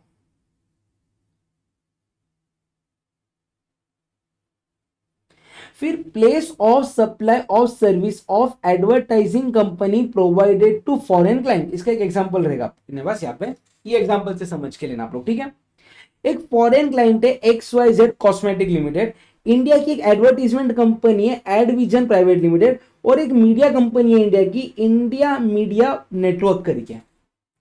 यहाँ पे ट्रांजैक्शन को समझ के लो, ये जो XYZ कंपनी है ना, XYZ, उसने काम किसको दिया इंडिया में एडवर्टीजमेंट कराने का, एडविजन को काम दिया, और उसके लिए वो कितना पैसा दे रहे, इसको 1 करोड़ रुपए पैसा दे रहे। XYZ क्या बोल रहे एडविजन को, तू यहाँ पे इंडिया के अंदर एडवर्टीजमेंट करा। एडविजन ने क्या किया, एक मीडिया हाउस ढूंढा, इंडिया मीडिया नेटवर्क, और इसको काम के लिए कितने पैसे दिए, 7 लाख, और बोला मेरे को एडवर्टीजमेंट करवा के दे। तो यहाँ पे ये क्वेश्चन है, क्या ये इंटरमीडियरी माना जाएगा, क्या ये इंटरमीडियरी माना जाएगा क्या? तो यहां पे क्या क्लियर किया गया है कि XYZ और एडविजन का जो कॉन्ट्रैक्ट हुआ है ना, ये प्रिंसिपल टू प्रिंसिपल बेसिस पे हुआ है, और ये जो सेकेंड कॉन्ट्रैक्ट है ना इन दोनों के पास, ये भी प्रिंसिपल टू प्रिंसिपल बेसिस पे हुआ है। यहाँ पे एडविजन कोई भी इंटरमीडियरी का काम नहीं कर रहा है। XYZ ने काम का कॉन्ट्रैक्ट किसको दिया, एडविजन ने कॉन्ट्रैक्ट किसको दिया, इंडिया में कॉन्ट्रैक्ट दिया, इंडिया मीडिया नेटवर्क को।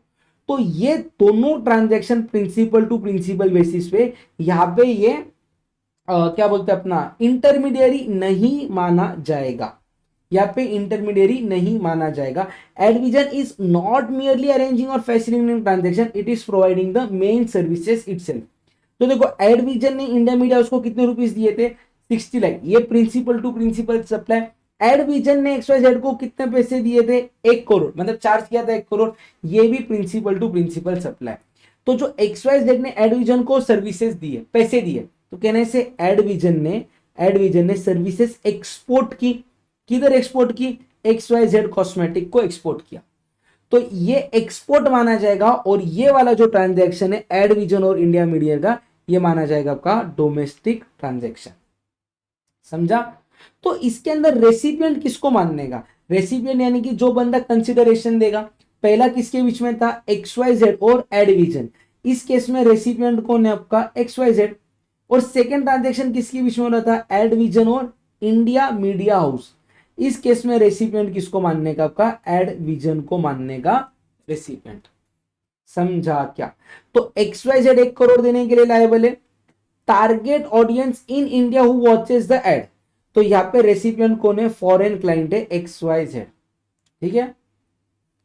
तो इसका प्लेस ऑफ सप्लाई क्या आएगा, तो प्लेस ऑफ सप्लाई देखो, जो एडविजन इनवॉइस कर रहे हैं XYZ को, वो प्लेस ऑफ सप्लाई इंडिया के बाहर आएगा, आउटसाइड माना जाएगा, ऐसा इसका आंसर है। क्लियर है क्या आप लोगों को? और सर ये जो दूसरा ट्रांजैक्शन हुआ था, दूसरा ट्रांजैक्शन किसके बीच में हुआ था, एडविजन और किसके बीच में हुआ था, इंडिया मीडिया हाउस, है ना, इंडिया मीडिया हाउस। इसका प्लेस ऑफ सप्लाई डिपेंड करेगा, अगर ये फिक्स्ड प्लेस पे एडवर्टीजमेंट कर रहा है तो 12(3) के हिसाब से होगा, और अगर ये जनरल एडवर्टीजमेंट कर रहे हैं, इंडिया में जनरल एडवर्टीजमेंट कर रहे हैं, तो 12(2) जनरल प्रोविजन के हिसाब से प्लेस ऑफ सप्लाई डिटरमाइन होगा। समझा क्या? क्लियर है आप सबको? चलो वापिस से ये मैं पूरा सिचुएशन आप लोगों को बता रहा हूं, ध्यान से देखना। एक कंपनी थी, कंपनी किधर की है, आउटसाइड इंडिया। लेट्स से ये कंपनी है ए, उसने क्या किया, इंडिया में एक कंपनी थी बी, इसको काम दिया, कितने रुपीस का काम दिया, 1 करोड़ का काम दिया, बोला मेरे को एडवर्टीजमेंट करके दे। इसने क्या किया, आगे एक बंदा पकड़ा सी, और उसको बोला ये काम मैं तेरे से कितने में करा के लूंगा, 60 लाख रुपीस में करा के दूंगा। तो ये जो पहला ट्रांजैक्शन है इसको प्रिंसिपल टू प्रिंसिपल सप्लाई मानते हैं।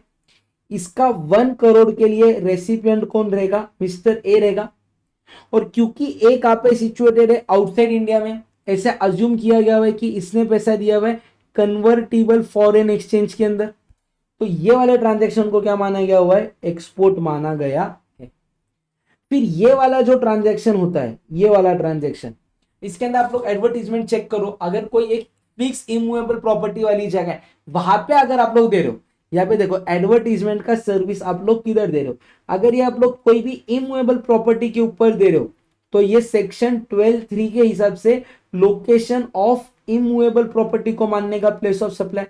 बट अगर मान लो ये मिस्टर सी कौन सा एडवर्टीजमेंट दे रहा है, ऑनलाइन एडवर्टीजमेंट दे रहा है, ऑनलाइन एडवर्टीजमेंट दे रहा है, तो ये सेक्शन 12(2) के हिसाब से प्लेस ऑफ सप्लाई आपको डिटरमाइन करना पड़ेगा। एग्जाम्पल को समझो, अंदर का कंटेंट नहीं पढ़ोगे तो भी आपका काम हो जाएगा। समझा क्या यहां तक, क्लियर है क्या?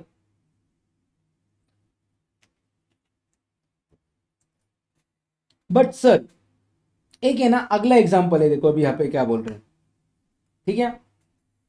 ये जो XYZ बंदा है ना, इसने इसको इंडिया के अंदर एड को डिस्प्ले करना था, उसने सीधा कॉन्ट्रैक्ट किया इंडिया मीडिया नेटवर्क के साथ। अच्छा मतलब क्या हो रहा है ना, यहां पे ध्यान से देखना भी आप लोग, सेकेंड वाले केस में, ठीक है। ये मिस्टर ए है, ए किधर सिचुएटेड है आपका, आउटसाइड इंडिया। उसने कॉन्ट्रैक्ट किसके साथ किया, मिस्टर सी जो किधर लोकेटेड है, इंडिया। इन दोनों के बीच में क्या हो रहा है, डायरेक्ट कॉन्ट्रैक्ट। इन दोनों के बीच में क्या हो रहा है, डायरेक्ट कॉन्ट्रैक्ट हो रहा है ऑफ ₹1 करोड़। अभी ए ने क्या किया, मिस्टर बी को अपॉइंट किया, मिस्टर बी को क्या किया, अपॉइंट किया। काय के लिए अपॉइंट किया, देखो यहाँ पे, ये वेरीफाई करने के लिए कि ये काम ठीक से हो रहा है क्या नहीं, यानी कि finding the right media slot, या तो रेट को निगोशिएट करने के लिए या तो कोऑर्डिनेट करने के लिए ब्रॉडकास्ट का। तो यहाँ पे ये जो मिस्टर बी है ना, ये सिर्फ फैसिलिटेट कर रहा है ट्रांजैक्शन को, ये खुद कोई भी ट्रांजैक्शन नहीं कर रहा। ऐसे समझ के लो, ये सिर्फ कौन सा काम कर रहा है यहाँ पे, कोऑर्डिनेशन, सिर्फ कोऑर्डिनेशन का काम कर रहा है। तो यहां पे ये बी जो है ना, अभी ये खुद कुछ भी प्रिंसिपल बोल के काम नहीं कर रहा, ये एज अ इंटरमीडियरी काम कर रहा है। क्या बोल के काम कर रहा है, इंटरमीडियरी बोल के काम कर रहे हैं। ऊपर के एग्जांपल में ए ने काम किसको दिया था, बी को, बी ने किसको दिया था, सी। नीचे वाले एग्जांपल में अगर आप लोग देखोगे तो ये जो ए है, ये जो कौन है, ए ने काम सीधा किसको दिया है, सी को। यहां पे बी का रोल क्या है, सिर्फ इंटरमीडियरी का रोल है कोऑर्डिनेट करने का। तो अभी प्लेस ऑफ सप्लाई के ऊपर क्या इंपैक्ट आएगा वो देखो। इंडिया मीडिया नेटवर्क ये XYZ को बिल कर रहा है 1 लाख रुपीस का, और XYZ कॉस्मेटिक एडविजन को फीस दे रहा है 10 लाख रुपए का कोऑर्डिनेशन का फीस। तो क्या एडविजन अभी इंटरमीडियरी माना जाएगा, तो आंसर इज यस, उसको इंटरमीडियरी माना जाएगा। तो ये जो इंटरमीडियरी का सर्विस है, यानी कि ये जो ₹10 लाख है, कौन सा रुपीस की बात चलो यहाँ पे, 10 लाख, जो अपने एग्जांपल में आते, देखो ये कॉन्ट्रैक्ट हो गया था 1 करोड़ का। ये जो कोऑर्डिनेशन वाला काम था, इसकी फीस कितनी थी, 10 लाख रुपए। अभी ये 10 लाख रुपए के लिए प्लेस ऑफ सप्लाई आएगा सेक्शन 13(8) इंटरमीडियरी के हिसाब से। किसके हिसाब से, सेक्शन 13(8) इंटरमीडियरी के हिसाब से। एक सेकंड में हम लोगों को इंटरमीडियरी वापस से यहाँ पे दिखा देता हूं। अगर कोई भी इंटरमीडियरी का सर्विसेज प्रोवाइड हो रहा है तो प्लेस ऑफ सप्लाई क्या रहेगा, लोकेशन ऑफ सप्लायर को मानेंगे प्लेस ऑफ सप्लाई, ठीक है। तो अपने एग्जाम्पल में यहाँ पे एडविजन ने जो सर्विसेज दिए 10 लाख रुपीस की, उसका प्लेस ऑफ सप्लाई आएगा सप्लायर का लोकेशन। किसका लोकेशन आ जाएगा, सप्लायर का लोकेशन। और उसके ऊपर देखो सप्लायर का लोकेशन क्या था रे मालिक, सप्लायर का लोकेशन क्या था, इंडिया था, है ना, लोकेशन ऑफ सप्लाई। तो इसी को क्या माना जाएगा, आपका प्लेस ऑफ सप्लाई माना जाएगा। समझा क्या, क्लियर है क्या आप सबको, ये एग्जांपल बताओ जल्दी से। एग्जाम्पल को समझो, अब अंदर का इतना कंटेंट है ना, उसको कुछ पढ़ने की जरूरत नहीं है, सब एग्जाम्पल्स के थ्रू आप लोगों को याद रह जाएगा, ठीक है। ठीक है क्या,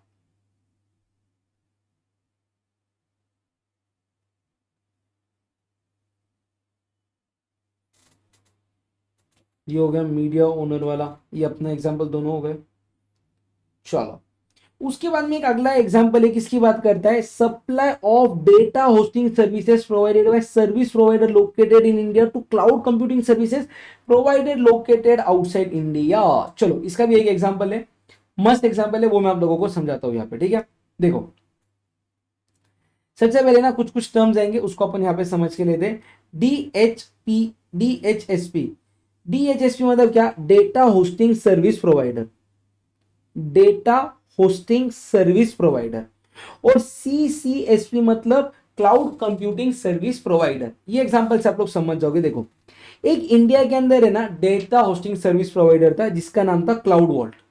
उसने क्या किया, उसने ना डेटा का सेंटर लोकेट किया हैदराबाद में, और जितना भी उसका स्टोरेज था उसने पूरा का पूरा किसको दे दिया रेंट पे, फॉरेन CCSP, फॉरेनर को दे दिया। वो किधर लोकेटेड है, USA।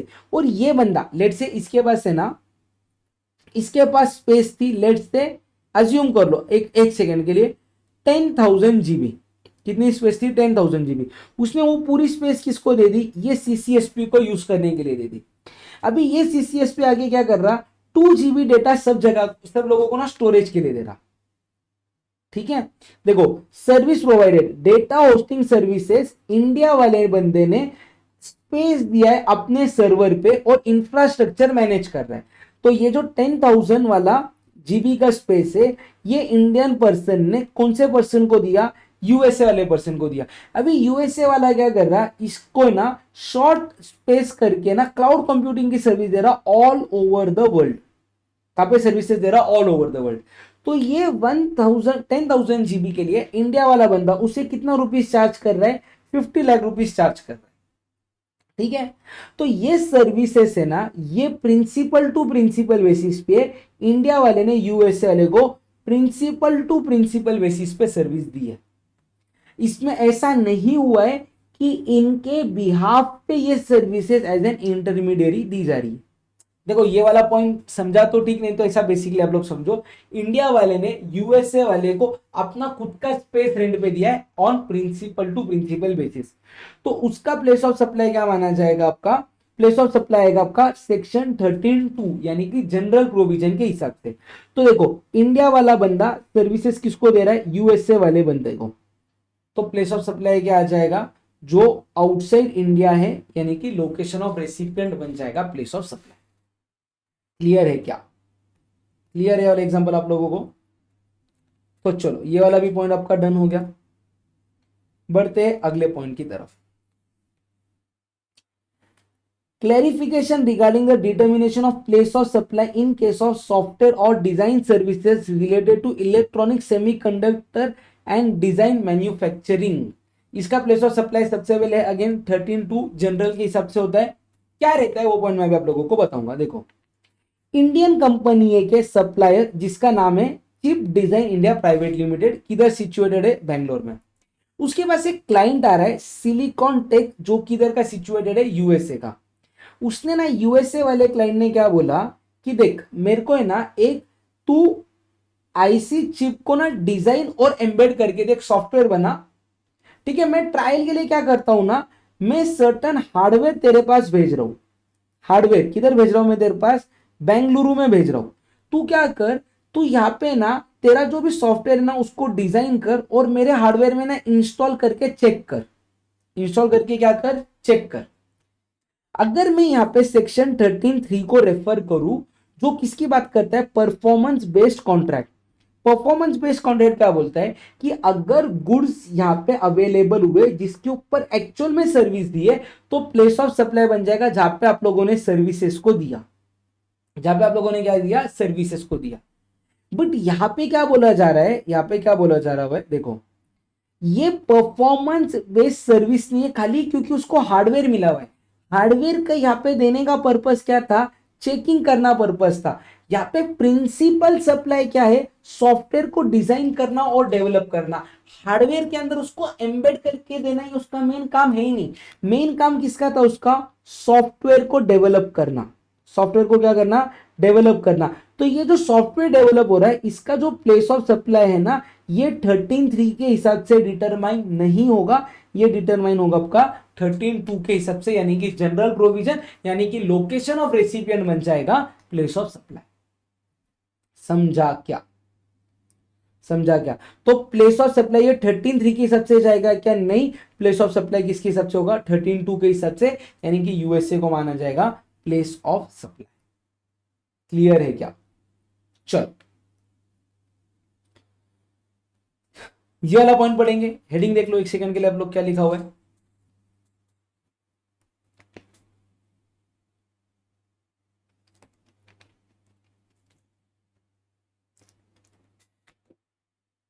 Clarification relating to supply of service from a company incorporated in India to its related establishment outside India which are incorporated under the laws outside India। क्या ये qualify होता है क्या एक्सपोर्ट ऑफ सर्विसेज बोल के? इसके अंदर बहुत सारे पॉइंट्स हैं, एकदम शॉर्ट में अपन एक एग्जांपल से समझ के लेंगे इसको, ठीक है। देखो, एक ग्लोबल एंटिटी है जिसका नाम है टेक वर्ल्ड आईएनसी, यूएसए के अंदर सिचुएटेड है। उसका इंडिया के अंदर है ना दो जगह पे वो इंडिया में काम कर रहा है। नंबर वन वो काम कर रहा है टेक वर्ल्ड इंडिया ब्रांच, वो ना इंडिया में इनकॉर्पोरेट नहीं किया गया है, सिर्फ उसका ब्रांच ऑफिस है इंडिया के अंदर सिचुएटेड।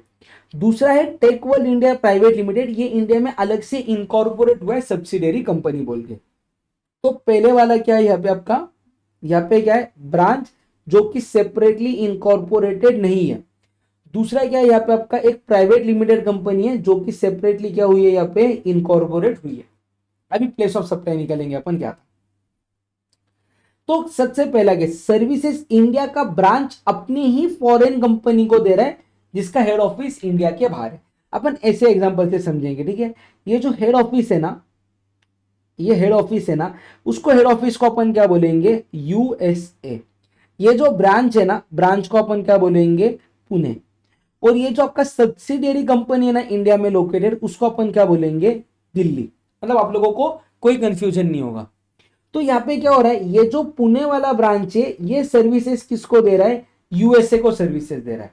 कैसा सर्विस दे रहा है? सॉफ्टवेयर डेवलपमेंट का सर्विसेज दे रहा है, सॉफ्टवेयर डेवलपमेंट का सर्विस। तो यहाँ पे पेमेंट उसको किसके अंदर आ रहा है? फॉरेन करेंसी के अंदर आ रहा है। देखो, इंडिया का जो ब्रांच है और यूएसए का जो हेड ऑफिस है ना, वो सेम लीगल पर्सन है, उसको अलग से इनकॉर्पोरेट किया हुआ नहीं है। तो इसको अपन एक्सपोर्ट ऑफ सर्विस नहीं मानेंगे और इसको टैक्सेबल करेंगे एज इंटर स्टेट एस्टेब्लिशमेंट। देखो अभी है ना, अभी कुछ पॉइंट्स के तरफ में लेके आता हूं आप लोगों को वापस, कुछ पॉइंट्स के तरफ लेके आता हूं, एक सेकंड के लिए आप लोग देख लेना बस। यहाँ पे ये जब पॉइंट चालू हुआ था ना, तब ये एक पॉइंट आया था जो मैं बोला था नीचे क्लैरिफिकेशन में मैं आप लोगों को बताऊंगा कि अगर सप्लायर ऑफ सर्विस है और recipient of service are not merely an establishment of a distinct person, export के लिए ये दोनों सिर्फ एक एस्टेब्लिशमेंट नहीं होने चाहिए, दो अलग अलग इनकॉर्पोरेटेड एंटिटीज होनी चाहिए। अगर वो दोनों अलग अलग इनकॉर्पोरेटेड एंटिटीज नहीं है ना, तो उसको सेम पर्सन माना जाएगा और उसको एक्सपोर्ट नहीं माना जाएगा। सेम पर्सन रहिए तो एक्सपोर्ट नहीं माना जाएगा। अभी के एग्जांपल में क्या हो गया था, यहाँ पे पुणे में ब्रांच है, वो यूएसए को सर्विस दे रहा है, वो पुणे में इनकॉर्पोरेट हुआ ही नहीं है, तो दो अलग अलग पर्सन नहीं, वो एक ही पर्सन माना जाता। ऐसा माना जाता है कि यहाँ पे इंटर एस्टेब्लिशमेंट सप्लाई हुआ है। सप्लाई कैसा हुआ है? इंटर एस्टेब्लिशमेंट, और उसके ऊपर 18% जीएसटी देना पड़ेगा, इसको एक्सपोर्ट नहीं माना जाएगा। अच्छा, second case, supply by Indian company to its own branch abroad not incorporated separately. देखो, एक इंडिया में कंपनी इनकॉर्पोरेटेड है, tech world India private limited. देखो, tech world India private limited, जिसको अपन ने क्या बोला है? Subsidiary company. किधर की है? दिल्ली की। किधर की है ये कंपनी? दिल्ली, ठीक है। इसने क्या किया, अपनी ही एक ब्रांच है सिंगापुर में। ये सिंगापुर में जो ब्रांच है ना, ब्रांच, ये ब्रांच सिंगापुर में इनकॉर्पोरेट नहीं की गई है, सिर्फ ये दिल्ली का एक ब्रांच सिंगापुर में ओपन करके रखा हुआ है। तो उसके लिए उन्होंने मैनेजमेंट कंसल्टेंसी सर्विस दी, 50 लाख रुपए का बिल किया। तो यहां पे मैं बोलूं वापिस से, ये बंदा और ये सेम पर्सन माने गए हुए। ये क्या माने गए हुए? सेम पर्सन, क्योंकि ये अब्रॉड के अंदर इनकॉर्पोरेट नहीं हुआ है, तो अगेन इसको भी एक्सपोर्ट नहीं माना हुआ है। एक्सपोर्ट नहीं माना गया तो इसके ऊपर आईजीएसटी पे करना पड़ेगा। अच्छा, supply by Indian subsidiary company to foreign parent company. अभी क्या हो रहा है, ये जो दिल्ली में अपनी कंपनी रजिस्टर्ड है उसने यूएसए में रजिस्टर्ड कंपनी को सर्विस दिया। कौन सा सर्विस दिया? सॉफ्टवेयर डेवलपमेंट का सर्विस दिया, जिसके लिए 1,20,00,000 रुपीज दिए। बट कहना है अभी आपके दो अलग अलग एस्टेब्लिशमेंट हो गए, दो अलग अलग इनकॉर्पोरेशन हो गए। पेमेंट फॉरेन करेंसी में मिल रहा है, रेसिपिएंट इंडिया के बाहर सिचुएटेड है। सबसे मेन बात यहाँ पे क्या आ जाती है, ये दो आपके सेपरेट लीगल एंटिटीज है, दो सेपरेट लीगल एंटिटीज है, और यहाँ पे पैसा फॉरेन करेंसी के अंदर मिल रहा है। देखो एक्सपोर्ट की सारी कंडीशंस फुलफिल हो रही, सप्लायर इंडिया के अंदर है, रेसिपिएंट इंडिया के बाहर है, प्लेस ऑफ सप्लाई इंडिया के बाहर है, पेमेंट फॉरेन करेंसी के अंदर मिल रहा है। सप्लायर एंड रेसिपिएंट का सिर्फ एक एस्टेब्लिशमेंट नहीं है, दो अलग अलग इनकॉर्पोरेशन है, तो इसको क्या माना जाएगा? एक्सपोर्ट माना जाएगा, और इसके ऊपर जीएसटी नहीं आएगा। ठीक है। अच्छा, supply by Indian company to its related foreign subsidiary company incorporated abroad. अच्छा, इसका मतलब क्या मालूम है क्या? दिल्ली में कंपनी है, उसने क्या किया, उसने लेट से ऑस्ट्रेलिया में एक अपनी ही सब्सिडियरी कंपनी है, बट ये सब्सिडियरी कंपनी ऑस्ट्रेलिया में कैसी है? इनकॉर्पोरेटेड है। उसको अकाउंटिंग का सर्विस दिया, जिसके लिए 70 लाख रुपीज चार्ज किए, और पैसा फॉरेन करेंसी में आ रहा। तो देखो एक्सपोर्ट की कंडीशंस को ना अपन वापिस से एक बार समझ के लेंगे। एक्सपोर्ट की कंडीशन को, जो आपका सप्लायर है वो आउटसाइड इंडिया है, जो आपका रेसिपिएंट है वो इंडिया के अंदर है, प्लेस ऑफ सप्लाई आपका आउटसाइड इंडिया आ रहा, पेमेंट जो आना चाहिए आपको वो फॉरेन करेंसी के अंदर आ रहा, और ये दो आपके सेपरेट पर्सन है। ये सिर्फ एक एस्टेब्लिशमेंट नहीं है, इंडिया की कंपनी अलग पर्सन है, फॉरेन की कंपनी अलग पर्सन है, तो इसको क्या माना जाएगा? क्या माना जाएगा? एक्सपोर्ट ऑफ सर्विस माना जाएगा। इसके ऊपर जीएसटी देने की जरूरत नहीं है। ये उसका यहाँ पे चार्ट बनाया गया हुआ है कि देखो, अगर इंडिया का एक ब्रांच है फॉरेन के, सिर्फ ऑफिस को सर्विसेज दे रहा है, जिसका इनकॉर्पोरेशन सेपरेटली नहीं हुआ है, तो उसको डिस्टिंक्ट एस्टेब्लिशमेंट मानने का क्या? खुद ही का एस्टेब्लिशमेंट हो गया ये, इसको एक्सपोर्ट नहीं मानेंगे। इंडियन कंपनी है, फॉरेन ब्रांच जो अलग से इनकॉर्पोरेट नहीं हुआ है, उसको अगर सर्विसेज दी तो एक्सपोर्ट नहीं मानेंगे। इंडिया की सब्सिडियरी कंपनी है, फॉरेन की पेरेंट कंपनी है, सेपरेट इनकॉर्पोरेशन हुआ है, तो इसको सेपरेट पर्सन माना जाएगा। इंडिया की कंपनी है, फॉरेन की सब्सिडियरी कंपनी है जो अलग से इनकॉर्पोरेट हुई है, उसको सर्विसेज दे रहे, तो उसको अलग से पर्सन माना जाएगा, एंड उसको सर्विसेज दी हुए एक्सपोर्ट माना जाएगा। क्लियर है? तो देखो, supply between establishment of the same legal person, यानी कि ब्रांच और हेड ऑफिस को एक्सपोर्ट नहीं मानेंगे, but two separate legal person को आप लोग एक्सपोर्ट मानोगे, अगर बाकी के सारे कंडीशंस फुलफिल हुए तो। समझा क्या? समझा क्या?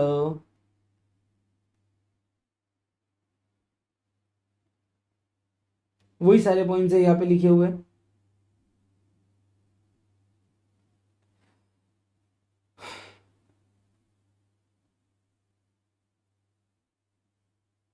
चलो, फिर कौन सी सर्विसेज की बात चालू है? OIDAR services. किसकी बात चालू है यहाँ पे? OIDAR services, online information data, online information and database access retrieval services. अगर कोई भी OIDAR सर्विसेज दे रहा है by any person located in non taxable territory, और रिसीव कर रहा है नॉन टैक्सेबल ऑनलाइन रेसिपिएंट, तो supplier of service in non taxable territory is liable to pay IGST। अच्छा, मतलब ऐसे समझ के लो, ठीक है। यहाँ पे सर्विसेज कौन दे रहा है? OIDAR। ये किधर सिचुएटेड है? Non taxable territory. कहां पे सिचुएटेड है? Non taxable territory. इसका आप क्या चेक करोगे? रेसिपिएंट। ठीक है, रेसिपिएंट या तो रहेगा टैक्सेबल पर्सन, टैक्सेबल पर्सन यानी कि ये रहेगा या तो रजिस्टर्ड पर्सन, या तो क्या रहेगा? ये अनरजिस्टर्ड पर्सन। अगर रजिस्टर्ड पर्सन कोई भी OIDAR से सर्विसेज ले रहा है, तो ये चला जाएगा आपका कौन से बेसिस पे? RCM, और ये बंदे को गवर्नमेंट को टैक्स देना पड़ेगा। बट अगर OIDAR कोई भी अनरजिस्टर्ड पर्सन को सर्विसेज दे रहा है, जो हमने एक एग्जांपल में देखा था, नेटफ्लिक्स क्या कर रहा है? सिर्फ को 700 रुपीज पर मंथ में एक महीने का सब्सक्रिप्शन दे रहा है, तो यहाँ पे टैक्स पे करने के लिए कौन लायबल है? नेटफ्लिक्स लायबल है टैक्स पे करने के लिए। समझा क्या? वो पॉइंट यहाँ पे लिखा हुआ है। Who is a non taxable online recipient? Non taxable online recipient यानी कि जो जीएसटी में अनरजिस्टर्ड पर्सन है। ठीक है, ठीक है क्या? OIDR सर्विसेज एक 2 मिनट में पढ़ लेंगे क्या रहता है। OIDR services means services whose delivery is mediated by information technology over internet और इलेक्ट्रॉनिक नेटवर्क। यानी कि ये ऐसे सर्विसेज है जो आपका आईटी बेस्ड सर्विसेज दी जाती है, मैनुअल सर्विसेज नहीं आएगी, इंफॉर्मेशन टेक्नोलॉजी का यूज होना चाहिए सर्विसेज देने के लिए। and nature of which render their supplies impossible to ensure in the absence of IT and includes electronic services। मतलब अगर IT रहेगा तो ही सर्विसेज होगी, IT नहीं रहेगा तो ये सर्विसेज नहीं होगी, तो ही वो OIDAR बोल के क्लासिफाई होगा। मतलब देखो इसका ना एग्जांपल मैं 1 मिनट में आप लोगों को समझाता हूं, बट इसके अंदर कौन सी सर्विसेज आती है। Advertisement service, cloud service, e books का सर्विस, डेटा एंड इंफॉर्मेशन का service, online supplies of digital content, data storage या ऑनलाइन गेमिंग OIDR के अंदर आता है। देखो इसको एग्जांपल से समझो। एक पीडीएफ है डॉक्यूमेंट जिसको आप लोग मैन्युअली ईमेल कर रहे हो, मैन्युअली ईमेल कर सकते हैं, आईटी की जरूरत लगती है क्या आपको। Whether it is automated and impossible to ensure in the absence of information technology, नहीं, क्योंकि आप मैन्युअली भेज रहे हो, तो ये OIDR सर्विस नहीं है। अच्छा, एक पीडीएफ है जो ऑटोमेटिकली ईमेल हो रहा है बाय प्रोवाइडर सिस्टम। एक एग्जांपल समझो, मैंने इंस्टाग्राम ओपन किया, मैं कोई तो भी फॉरेन टूर के पैकेज देख रहा था, मैंने वहां पे क्लिक किया उनके पास, उनको ऑटोमेटिक एक पीडीएफ आ गया मेरे पास, कोई बंदा नहीं बैठा है देने के लिए, ऑटोमेटिक सिस्टम ने मुझे पीडीएफ भेज दिया। मतलब बिना सिस्टम के ये चीज मेरे पास आई रहती थी क्या, नहीं, यानी कि पूरा ऑटोमेशन है, तो इसको OIDR सर्विस माना जाएगा।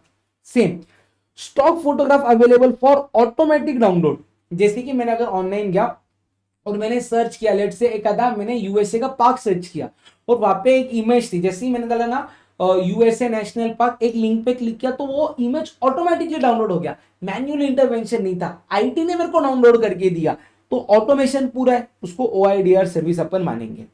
या तो अगर आप लोग कोई भी ऑनलाइन कोर्स ले रहे हो जिसके अंदर प्री रिकॉर्डेड वीडियोस आपको मिल रहे हैं, आपको बस पेमेंट करने का, वो लेक्चर ऑटोमेटिकली एप्लीकेशन के अंदर दिखना चालू हो जाएंगे, कोई भी मैनुअल काम नहीं हो रहा है, पूरा ऑटोमेशन हो रहा है, तो उसको OIDR सर्विस अपन मानेंगे।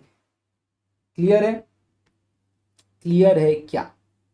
चलो फिर अगला पॉइंट आता है special provision for specified actionable claims supplied by a person located in taxable territory, located in taxable territory, outside taxable territory. मतलब अगर कोई भी ऑनलाइन गेमिंग है, वो इंडिया के बाहर से इंडिया के अंदर सर्विसेज दे रहा है, तो टैक्स किसको पे करना है, सप्लायर ऑफ सर्विस को टैक्स पे करना है। अगर उसने टैक्स पे नहीं किया तो उसका एक्सेस पब्लिक के लिए अपन क्या कर देंगे, ब्लॉक भी कर देंगे। ठीक है। फिर अगर कोई भी इंटरनेशनल टूरिस्ट है, टूरिस्ट मतलब जो इंडिया में अप टू 6 मंथ्स के लिए आ रहा है for legitimate non immigrant purpose, मतलब वो सिर्फ इंडिया घूमने आ रहा है 6 महीने तक, अगर इंडिया से उसने कोई भी चीजों को परचेस किया, लेट्स से उसने इंडिया से परचेस किए एक शूज जिसका कॉस्ट था 10,000, जिसके ऊपर 1800 का GST लगा है, तो 1800 रुपीज अपन उसको क्या कर देंगे, जाने के टाइम पे रिफंड कर देंगे। फिर ये जीरो रेटेड सप्लाई मतलब क्या, कि अगर मान लो ये एक मोबाइल फोन है, अगर मैं इसको इंडिया में बेचूंगा तो टैक्स लगेगा 18%, इसको एक्सपोर्ट करूंगा या SEZ को दूंगा तो रेट लगेगा 0%, उसको बोला जाता है आपका जीरो रेटेड सप्लाई। ठीक है, ठीक है क्या। फिर ये आप लोगों के एग्जाम के लिए रिलेवेंट नहीं है, मैं सिर्फ एग्जाम के रिलेटेड वाले पॉइंट्स आप लोगों को बता दूंगा यहाँ पे, ये एग्जाम के लिए इतना रिलेवेंट नहीं है, इसको नहीं पढ़ोगे तो भी चल जाएगा। ठीक है, देखो एक लास्ट पॉइंट जो ऊपर मैंने ऑलरेडी कवर किया था, बट है ना ये ना बहुत इंपॉर्टेंट बन जाता है आप लोगों के एग्जाम के लिए, इसको ना इंपॉर्टेंट मार्क करो क्योंकि ये ना इस बार का अमेंडमेंट के अंदर आया। क्या बोल रहे कि देखो अगर कोई भी ऑनलाइन सर्विसेज दे रहा है टू अनरजिस्टर्ड रेसिपिएंट, मतलब अगर कोई भी OIDAR सर्विसेज दे रहा है अनरजिस्टर्ड पर्सन को, तो उसको क्या बोल रहे, irrespective of amount, irrespective of amount, जब वो इनवॉइस इशू करेगा तो इनवॉइस के ऊपर उसको क्या मेंशन करना है, एड्रेस ऑफ रेसिपिएंट। और ये जो एड्रेस ऑफ रेसिपिएंट है, ये जो क्या है एड्रेस ऑफ रेसिपिएंट, उसी को हम लोग क्या मानेंगे आपका यहाँ पे, उसी को माना जाएगा आपका place of supply. Important point है, अमेंडमेंट है, एग्जाम में आने के हाई चांसेस है। क्लियर है आप सबको, डन। लगभग हम लोगों ने क्या किया, 1.5 घंटे के अंदर आपका पूरा प्लेस ऑफ सप्लाई यहाँ पे कर दिया है कंप्लीट। मेरी एक छोटी सी रिक्वेस्ट है अभी आप लोगों से, अगर वीडियो को देख रहे हो तो यार कमेंट क्यों नहीं करते, बस एक छोटा सा कमेंट कर दो ना मेरे मोटिवेशन के लिए। और वीडियो पसंद आया रहेगा तो प्लीज लाइक कर दो और अपने सभी फ्रेंड्स के साथ ये वीडियो को शेयर जरूर करना, ठीक है। चलो that's it for the day guys, see you all in next video, bye bye.